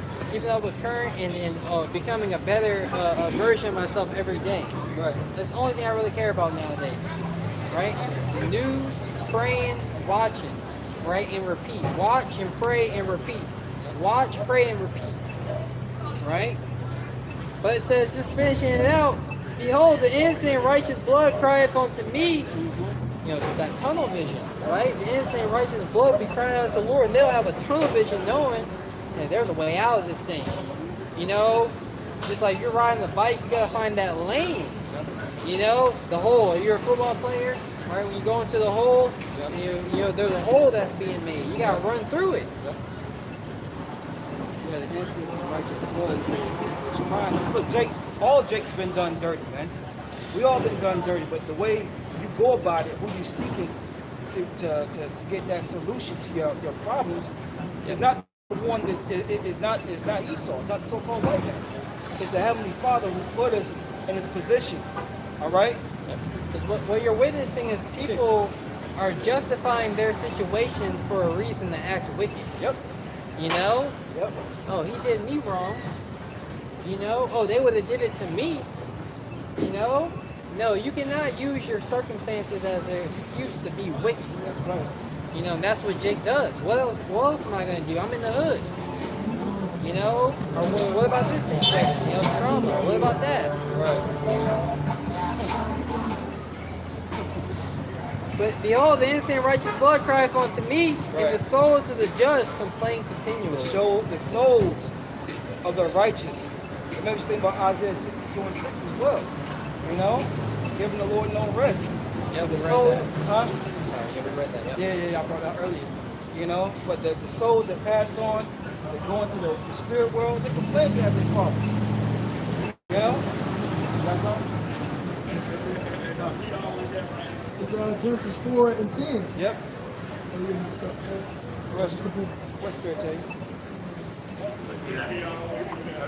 this verse 9. I know, right? You reading, bro? It's Genesis 4 and 9. Huh. And the Lord said unto Cain, where is Abel thy brother? And he said, I know not. Am I my brother's keeper? Right. Yeah. Genesis 4 and 10, 4 and 9. And the Lord said unto Cain, where is Abel thy brother? And he said, I know not. Am I my brother's keeper? That's a prophecy. Where's your brother at? You know? Huh? You don't understand. You start to say, Lord, I'm like, Abel. See, I'm talking to Lord. It ain't in my pocket. That's kind of what he's saying. Yeah. I mean, that is both talk. Yeah, spiritual. Yeah, because the Lord, the mouthpiece, I think we're going to the first chapter, right? His mouthpiece is the men. It's been the prophet. It's been the prophet. It's always been. Since the world began. That's it. You know? So yeah, he was still, you know, going off, you know, making that smart remark. Yeah, you know, we are our brother's keeper. Yes. Right? Yes. You're supposed to keep your brother constantly in your mind, being his watch. Yep. You know, that he stays on the path. Yep. Right? You see a brother wavering off the path, you talk to that brother. Yep. Right? You encourage him to continue to fight, continue to endure. That's what we're doing via our sit-down lessons, exhorting you to continue in the faith, confirming the souls of the disciples, Right. and exhorting them to continue in the faith, and that we must, through much tribulation, enter into the kingdom of the Most High. That's right. Right? Yep. All right, keep reading. Go ahead. Yeah, Genesis 4 and 10, 4 and 9, or 4 and 10. And he said, what hast thou done? The voice of thy brother's blood crieth unto me from the ground. Lord already knew.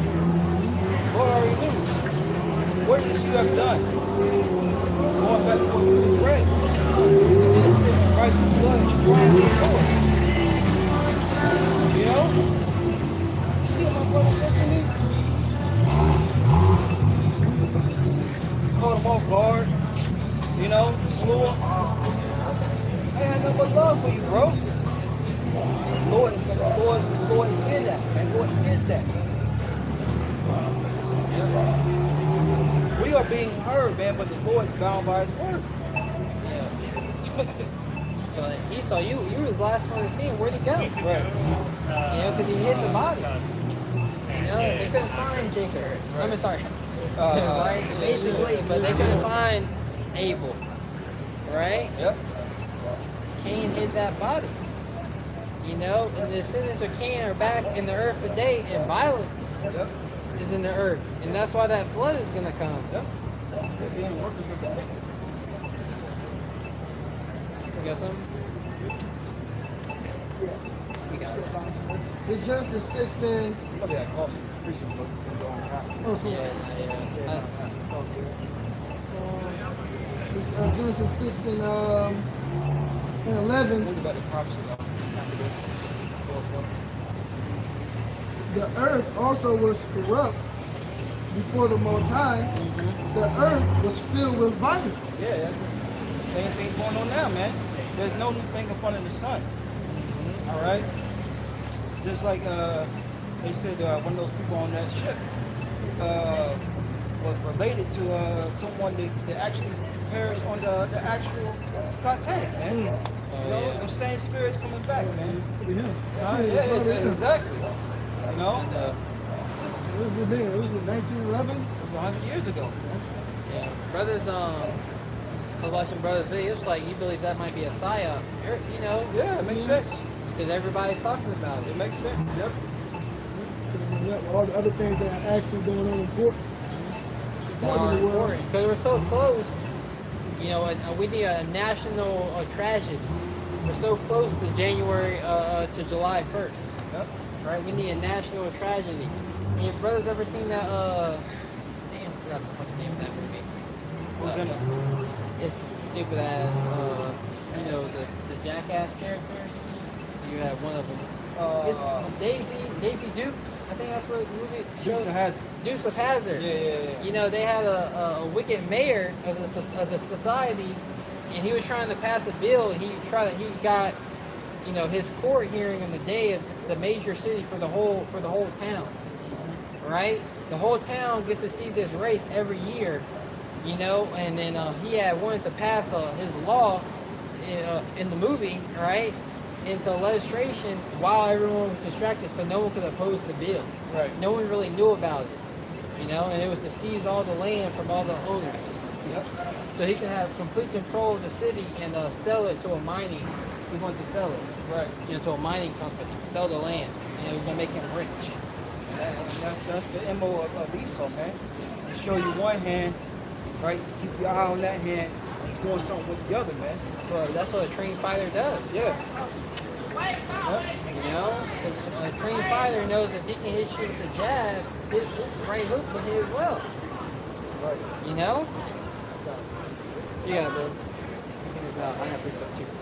No, that was in this one. Three more times. It's Genesis 6. Doesn't it say it was destroy the earth? Yeah. It was corrupt. Oh yeah, 13. Yeah. Genesis 6 and 10 and 11. The earth also was corrupt before the Most High, Yep. and the earth was filled with violence. Yeah, filled with violence. The earth was corrupt. The same thing that's going on now was going on back then. Yeah, sodomite acts. All right. Yeah, people worshiping other idols and gods, worshiping themselves, eating all types of abominable foods. Queen of Heaven Spirit. Queen of Heaven Spirit, Sacrificing their their children. Hey, they were doing that too. You know. Whoa. No, I was gonna say it.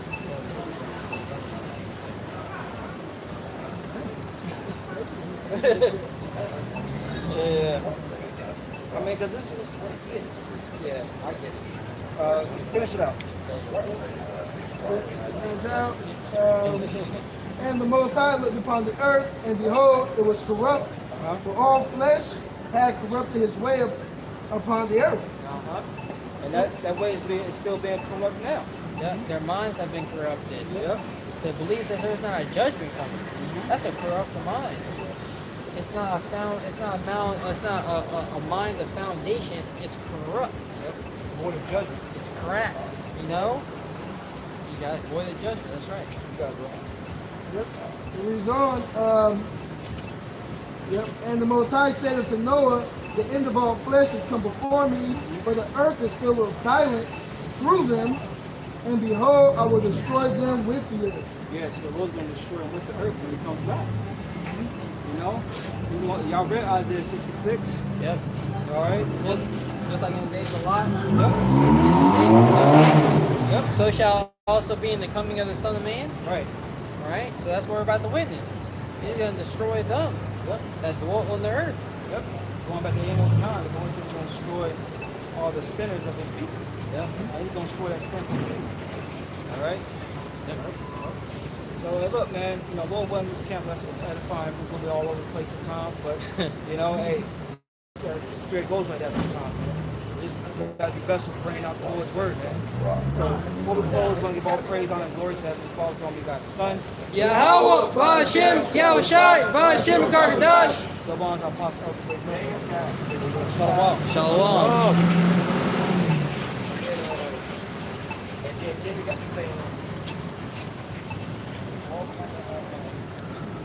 You know why I ended early though? We didn't